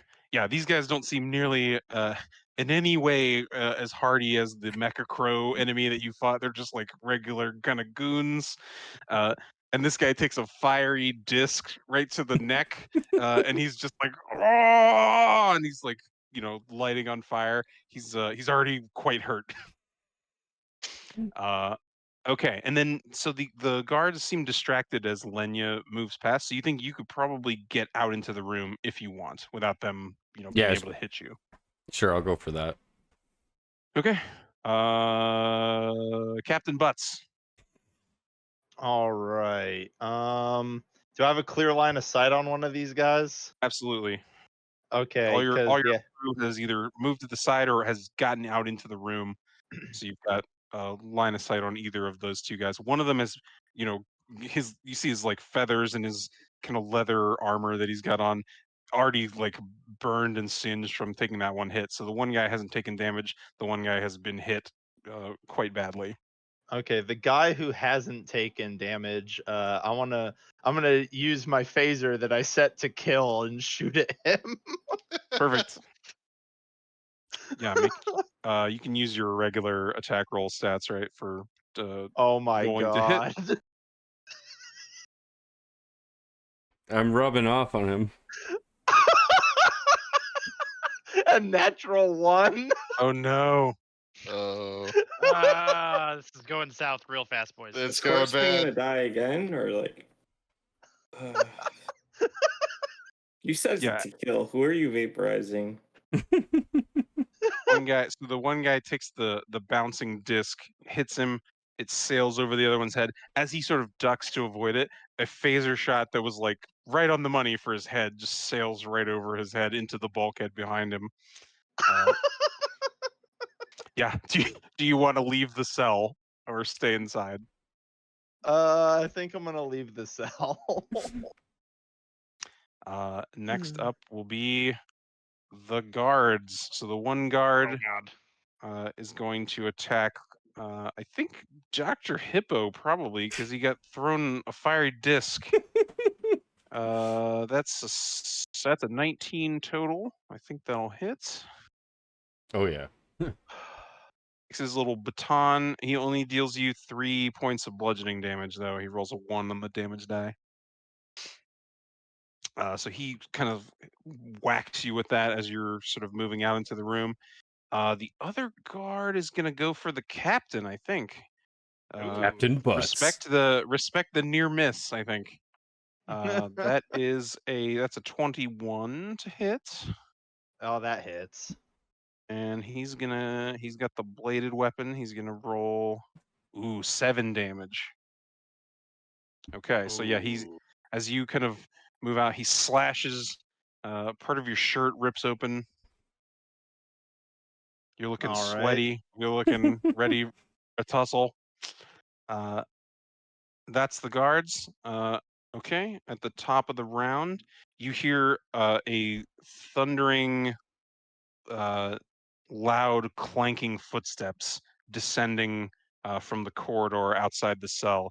So you suspect your friend the Mecha Crows is coming for you.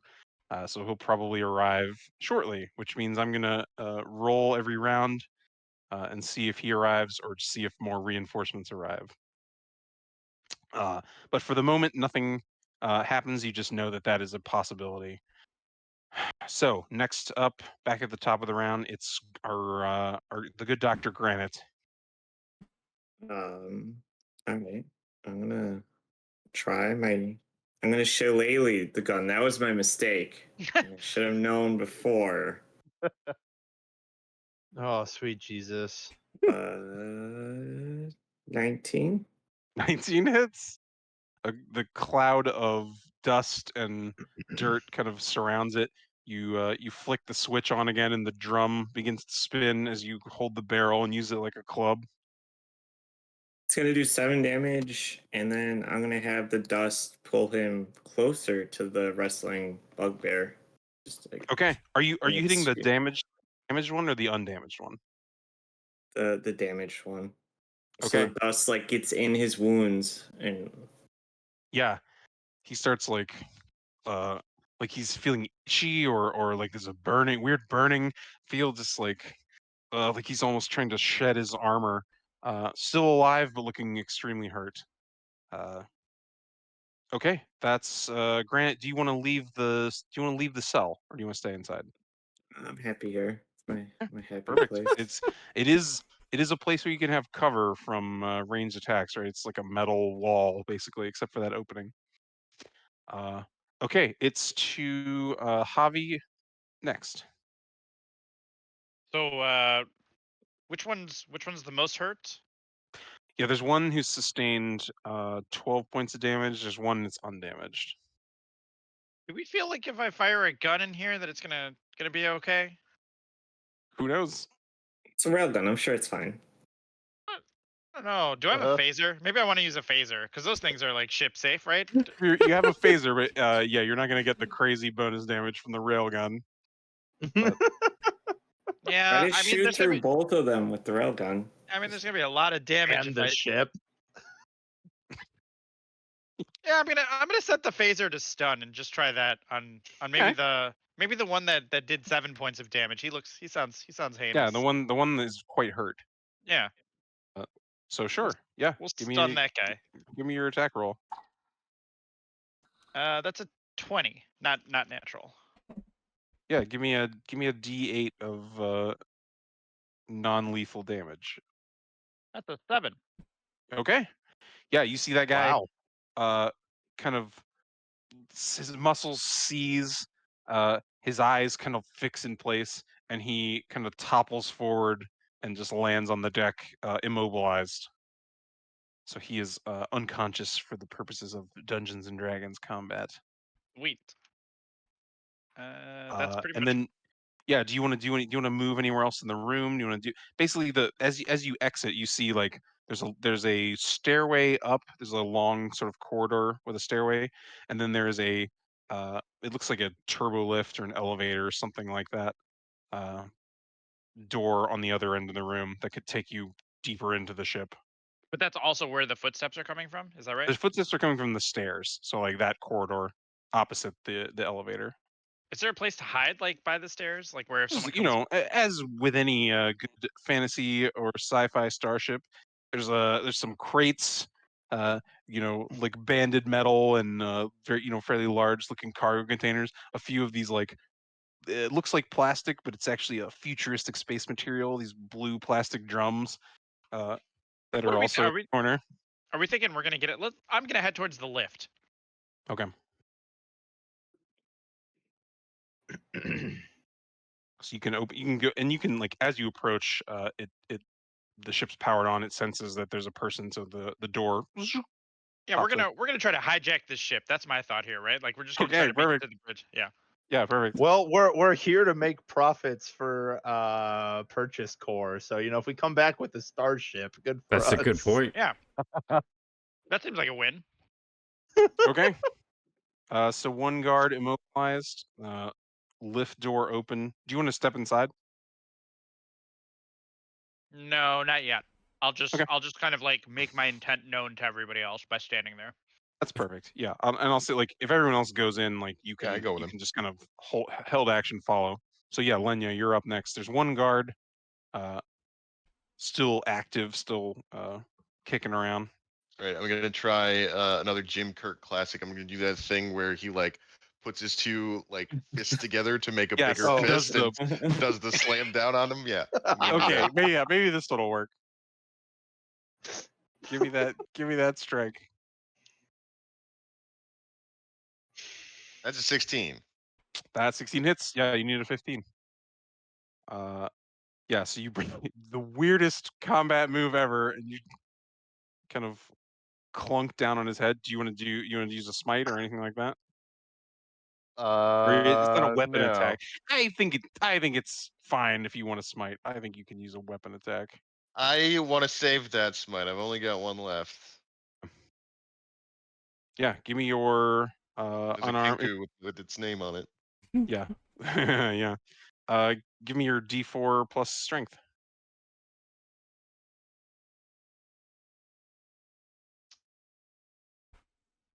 That's 7. That's really good.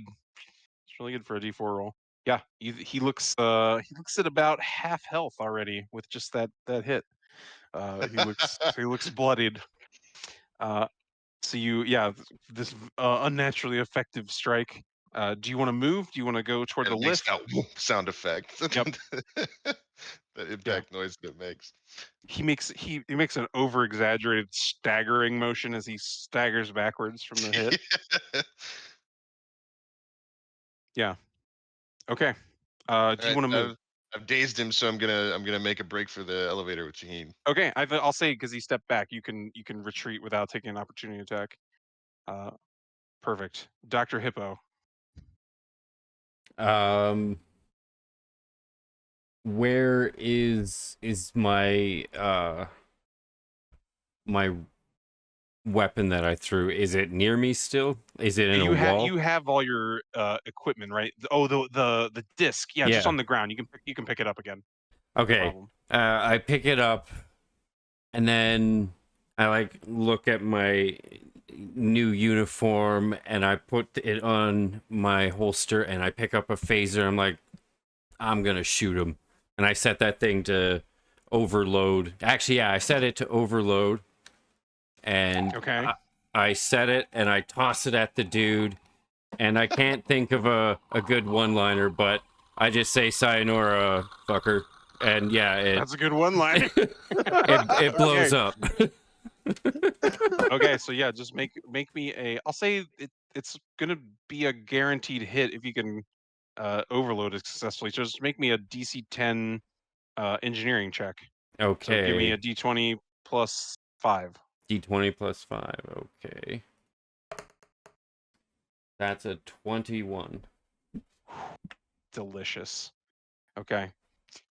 Roll me, if you would. We'll use the railgun damage. Roll me 2d12 of damage, and you only need 7 total to take this guy down because he's already at half.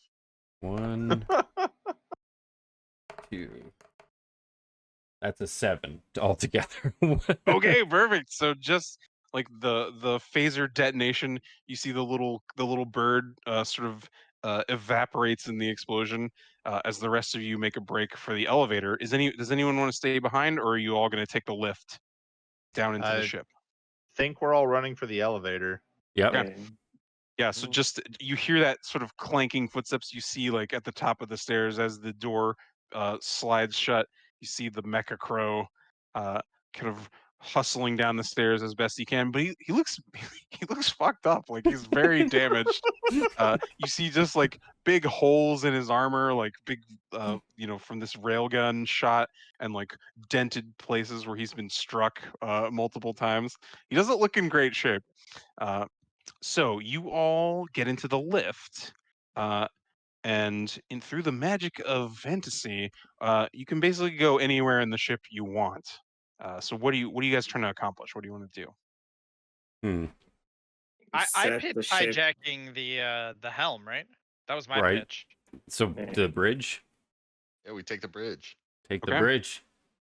So up to the command deck, you emerge. You see within the shadowy, hazy bridge that you saw on the view screen, a vacant captain's chair, but 4 additional crew members.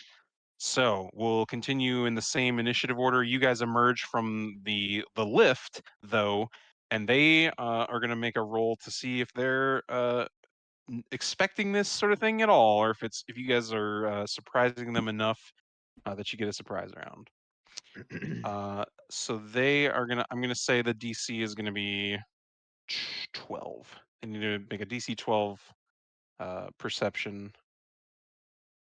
and they do not succeed. That is a natural 3.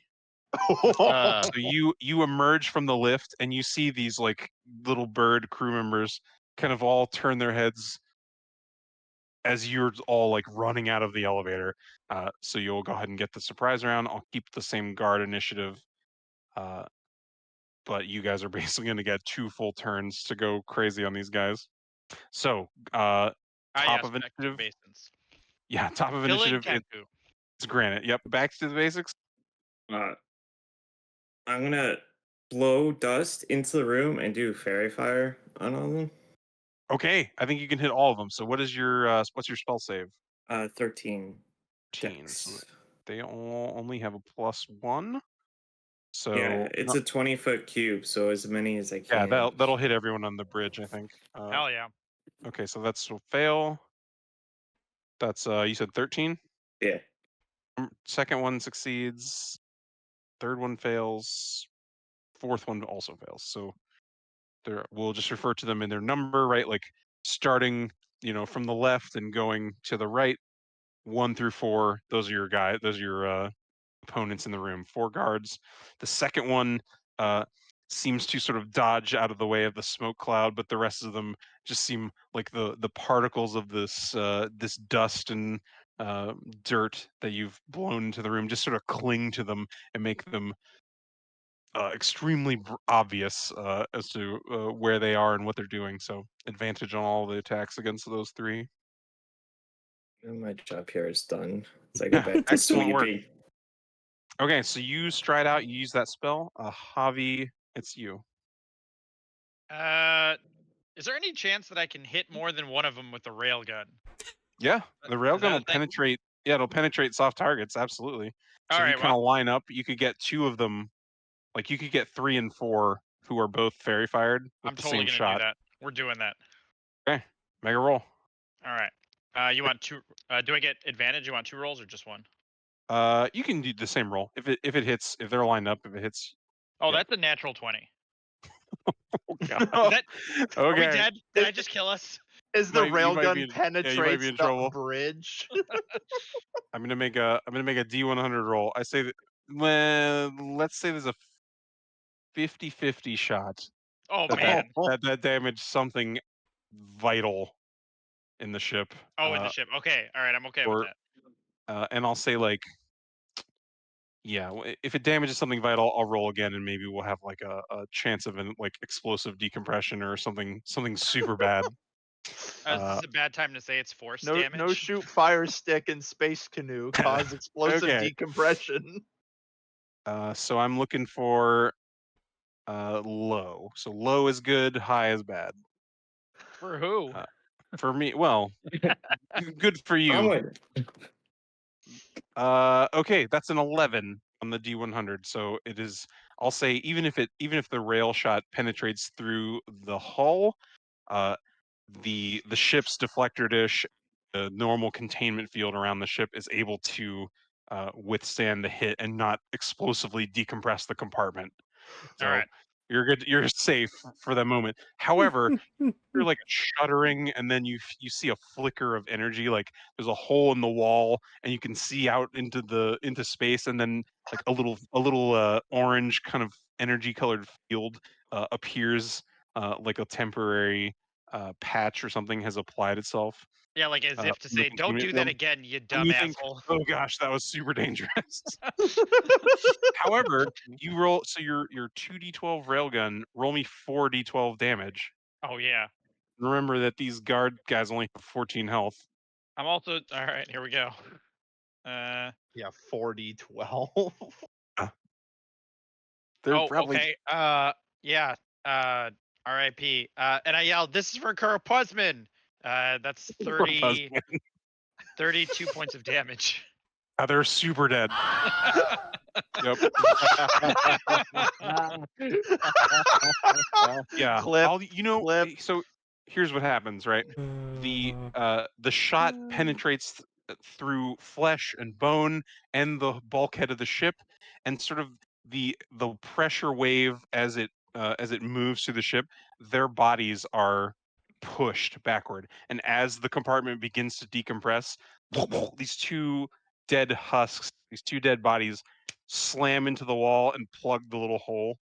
And there Oh you God. Oh God. So like in Aliens 4? Yeah, it's like when- aliens. Yeah. Yeah, okay. Exactly. So, 2 down, 2 to go. Lenya, what do you got? Yeah, lightsaber. Just don't drop it.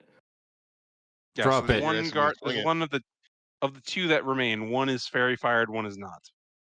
I'm gonna swing at the fairy fired guy. Okay. That is unnatural 20. Yep. You only need a 15. And then give me your normal weapon attack, and then double the weapon die, since it is a laser sword. Excuse me. Oh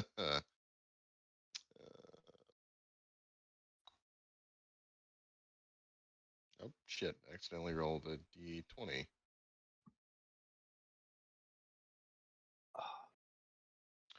That is 14. Yeah, 14 is what you need. So you describe to me what you do. This guy ends the move dead, but like, what is your Oh, what it's is your lightsaber move? just the mall cut, just horizontal right across the waist. Okay. Yeah.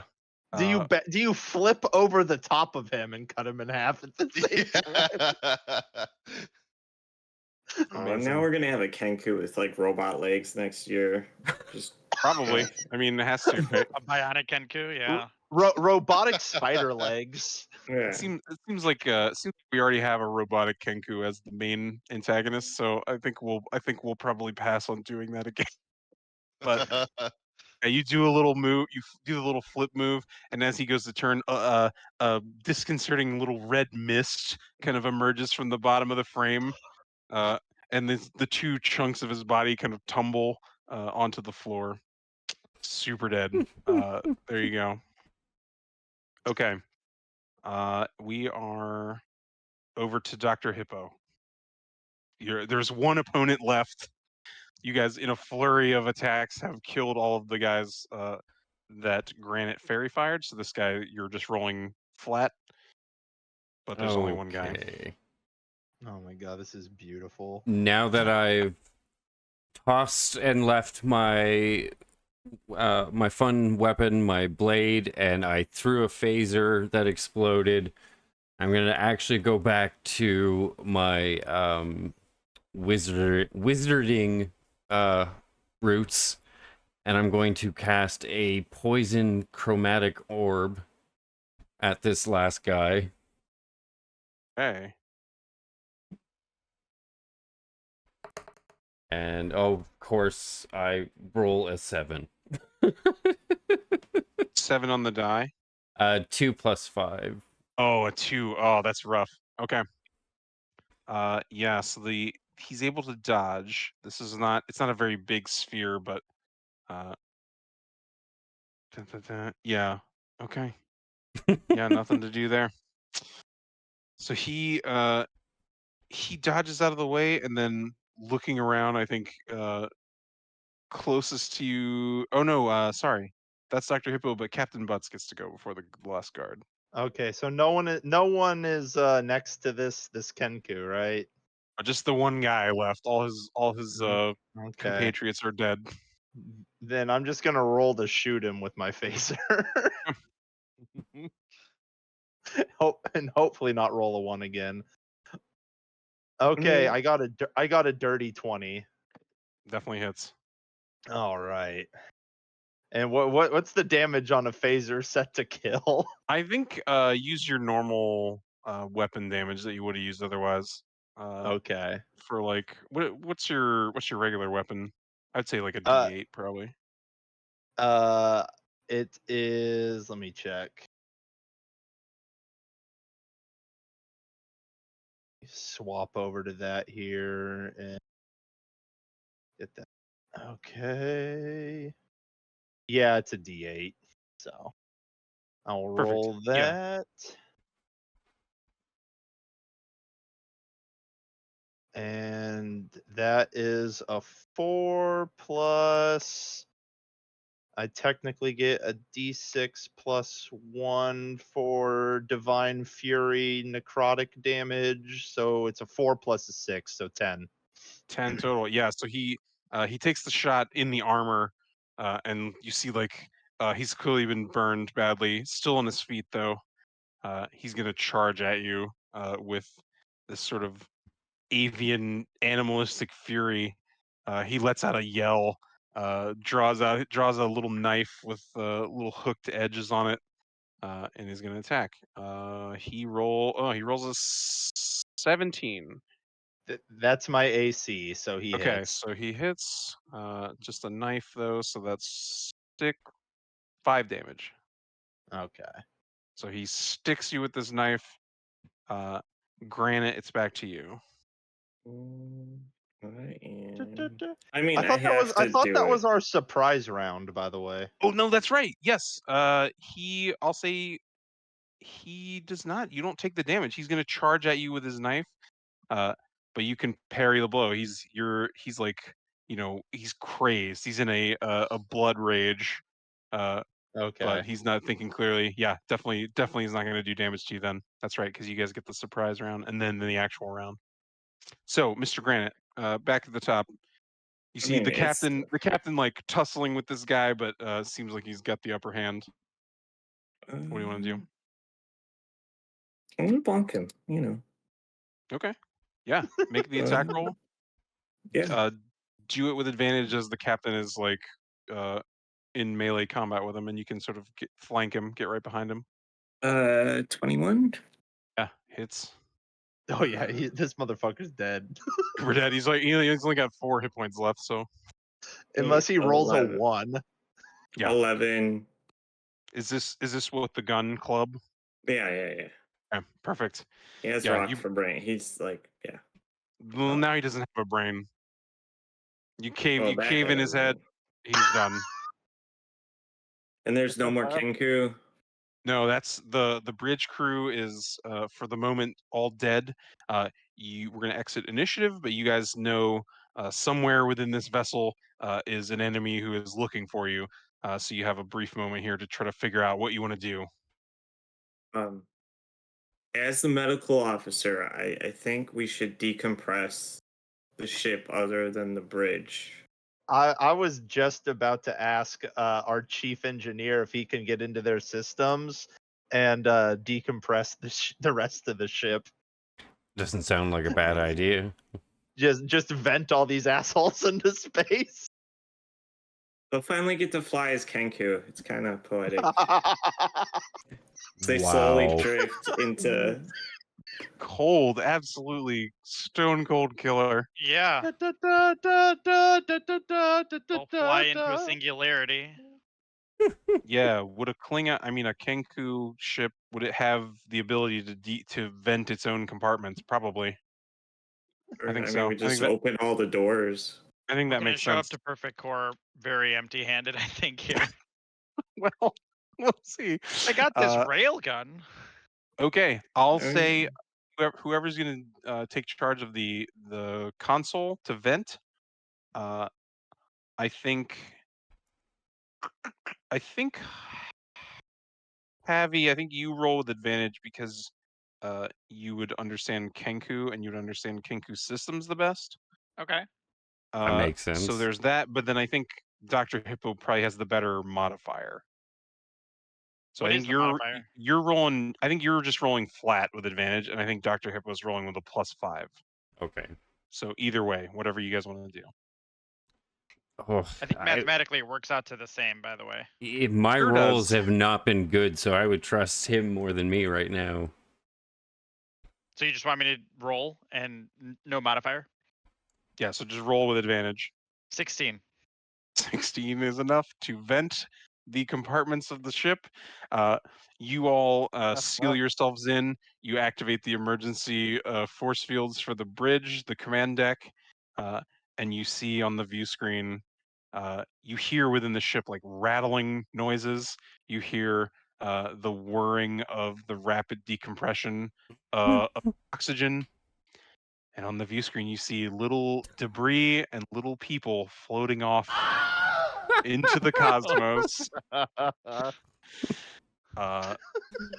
And you wait, and you also notice as you went, you notice a cargo hold's worth of valuables, right?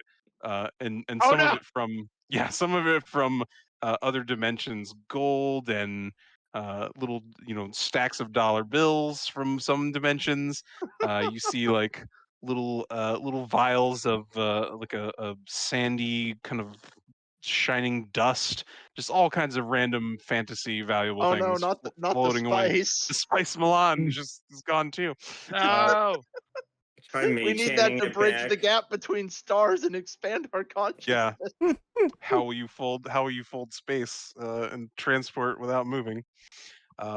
So you wait for a moment and you don't see the mecha crow. You wait, the decompression has occurred, and then almost forebodingly, you see this figure with little rocket boots and a little space helmet on float up in front of the view screen.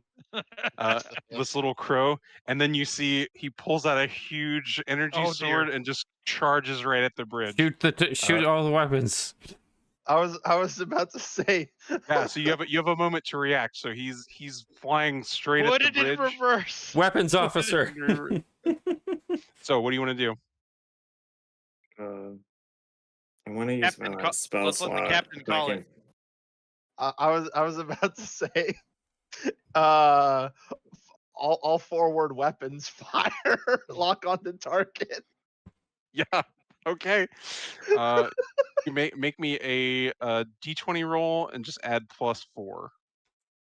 Okay.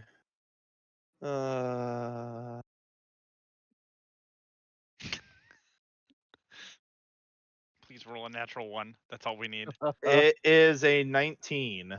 Okay, that hits. Good roll. Yeah, I think with the amount of damage that he's sustained, there's almost no chance that he lives. A shot from like a warship class missile. All the same, go ahead and roll me 6d6 Oh, damage. And he's very close. I'll give you the Like a fireball. yeah. It is. I'll say like fireball damage. I think that makes sense. Yeah. Okay. 1 second here. And so Fireball. 66. Yeah, and I'll just say he's only got 14 hit points left. Oh, yeah. We hit him with 15 damage. Boom. Okay. You all see, yeah, the phasers of the ship, these sort of orange energy beams converge on this this charging target. He has a sword that he sort of lights with blue energy, and he looks insane. He looks like this is his last choice, is to charge and try to like break through the hull of the ship. And the energy beams hit him, and he just fizzles off into stardust, gone, absolutely evaporated by the damage. So We're so good at our jobs. good at your jobs. What are we doing here exactly again? What are you doing here Killing exactly? Kenku. So We're getting those teleporters back online and getting all the loot that's floating in space back on the ship. I think now that there's no threat of an enemy, you can easily do that. You can take as much time as you need to recover the vented stuff. Among it, Get in yeah, contact with our ship. see you. We have our original starship too, right? Like that's Yeah. still True, there. yeah, your Yeah. original starship is still there. Some ensign somewhere has been hailing this vessel. Like there's a little blinking light on one of the command consoles. You can reestablish communications. Okay. But yeah, eventually you load all of the sort of sundry objects that were vented into space. You can acquire them, transport them back into the ship. You can reestablish the containment fields and the atmosphere. And the ship's empty. You vented the crew and most of the contents. So, with a hold bursting with ill-gotten gains from across the multiverse that this mecha crow, had apparently acquired. What do you want to do? Do we want to go back to the storeship entrepreneur gentleman, or do we want to take this back to purchase core? Permission to speak, Captain. Yes, Mr. Hobby. Why do we have to go back exactly? We have a ship and lots Oh, of yeah. stuff, and you know, I think we make a pretty good crew here. Maybe this is just our thing now. maybe we're just those guys now. But my shift is ending in an hour. Yeah, we have to get him to his feast. Yeah. Well, for the fact that we can't discriminate against people for their various religious beliefs, we have to get Mr. Lenya back to the feast of Saint what? Grublik. Grublik. But there's a ship. There's a whole ship. Oh, a whole ass ship. This could be ours. Why? It's just a beef. I'll make you something. I don't know how to make you so. I'll learn. It'll be worth it. Computer. Reassemble my family. Replicate me a bugbear family, if you would. Replicate me a bugbear family. I got nothing for that one. I don't. Yeah. Send him to the holodeck. Presumably there's a holodeck. Yeah. Oh, that's what I do. I send him to the holodeck. I recreate a program that's the feast, but it's in the holodeck. All right. Holiday honored. I can do whatever I want now. Excellent. All right. So Let's run With away that- and be space pirates. Yeah, I that's love right. it. So I think, yeah, we'll give you guys each a little epilogue if that is the end of your multiverse journey or not. You each have your little beacon that you can eventually return if you wished. But otherwise, you're now in possession of a Kenku a bird of prey warship. Pray. Yeah. Yes. And I think that's a wonderful place to conclude the multiverse adventure. Yeah, that's So- great. We're just out there somewhere breaking stuff. Yeah. Oh my gosh. Well, thanks for playing, guys. That was fun. That was awesome. Yeah, thanks for running that. That was fun. I will I'll happily do this anytime you guys are down for it. So I Well, could bro. have. I could have jumped for like at least another like 10 hours, like just running through various fandoms. That shit was I so fun. won't lie. I could play through this until the sun rises as well, because this has been incredibly fun. well, I'm glad you guys enjoyed it. Yeah, There I'll were post so many my more fandoms we could have offended over the course of this. yeah, so that's the thing. I'll post my list of like here's all my setting things that I had a little description written up for. But it was Yeah. like, yeah, Shawnee, we talked about Dune. So like there was a Dune, you guys are Yeah. the Sardaukar kind of scenario. Yes.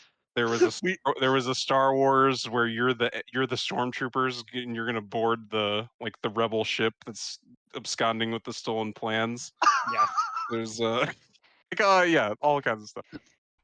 Well, I feel honored Um, that I ended up wearing a Star Trek. Yeah, I was so glad it that you worked had that out on, kind of so- well. with the proper. I wore my Crohn's and Colitis's Dungeons and Dragons shirt, so I got that here Also- too. nice. also nice. perfectly acceptable. Nice. But yeah, you guys did awesome. And That was So so what much what are fun. we gonna name our Kenku bird of prey? Gentlemen, throw some ideas out. Hmm. The Nevermore. That's pretty good. You know That was what? pretty I good. like that. ESS Nevermore. Yeah. Yeah. Bagels, can you give us an official star date here? Stardate. I have no idea how stardates are even supposed to work. So we're gonna Neither look do up I. Stardate for TNG on Google.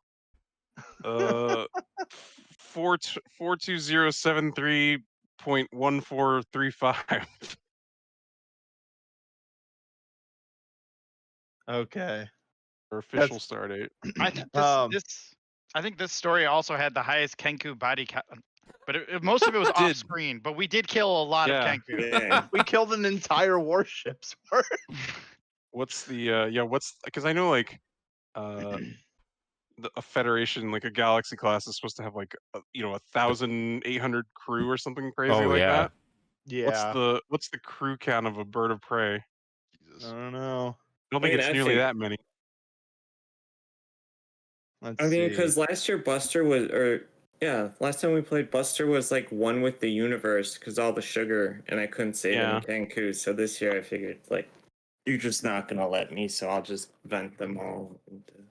Oh yeah, bird of prey is like a crew complement of 6 to 12. So Yeah. you guys, you killed most of the crew before you vented them. That's great. What? That Yeah, few? it's just like They seems like run- a really small low warship. to me. Yeah, I guess it Well, just it's just, it's just you only have essential personnel, right? You have like people Yeah, living that- on the. Yeah, that's true because it is just a warship. So yeah. okay, but captain's log. Stardate 42073.1435. This has been the journey of the crew formerly of the store ship entrepreneur. We have now become the crew of the Nevermore, a former Kenku bird of prey. And this is Captain Butts signing off. And with that, we can conclude our very, very serious, high drama story that we've told here. So thank you guys so much for Thank you playing. for running Thank- this. Thank you for running. Yeah. Yeah, thank you for running this. This has been hilarious. It was a great time. Excellent. Well, yeah, we can plug the in the chat. Like, make sure you plug the donation link one more time. I'm gonna head there right now. Thank Everyone you, else who's watching, you Quentin, should do the for same. I the did. donation. Yeah. Yep, everyone over the weekend who has tuned in and watched any of the streams here at Gaming for Guts, thank you so much for your donations, your time, everything, for supporting us in our journey over the last like 9.5 years, and Yeah. our first ever charity fundraiser for a Canadian group to honor one half of our original founders nations, and the association of the Crohn's and Colitis Canada people, and their support for reaching out to us. We've loved putting this on for you, and thank you, everyone. And thanks for coming out to hang out with us. Like, they were in the chats like all over the place all weekend. Oh yeah. Like, pretty awesome. That's cool. And for people in my chat, once again I just threw in the donation link. You don't have to donate, but a buck or two is always appreciated because this is going to charity. And thank you all again. And yeah, like I said, Captain's Log signing off. Thank you, everyone. Thank you. Have a good night, guys. Good Yeah. night. Thanks, Laters. homies. See Thanks for y'all having later. me. Oh, dude, this has been great. I would do this again in a heartbeat.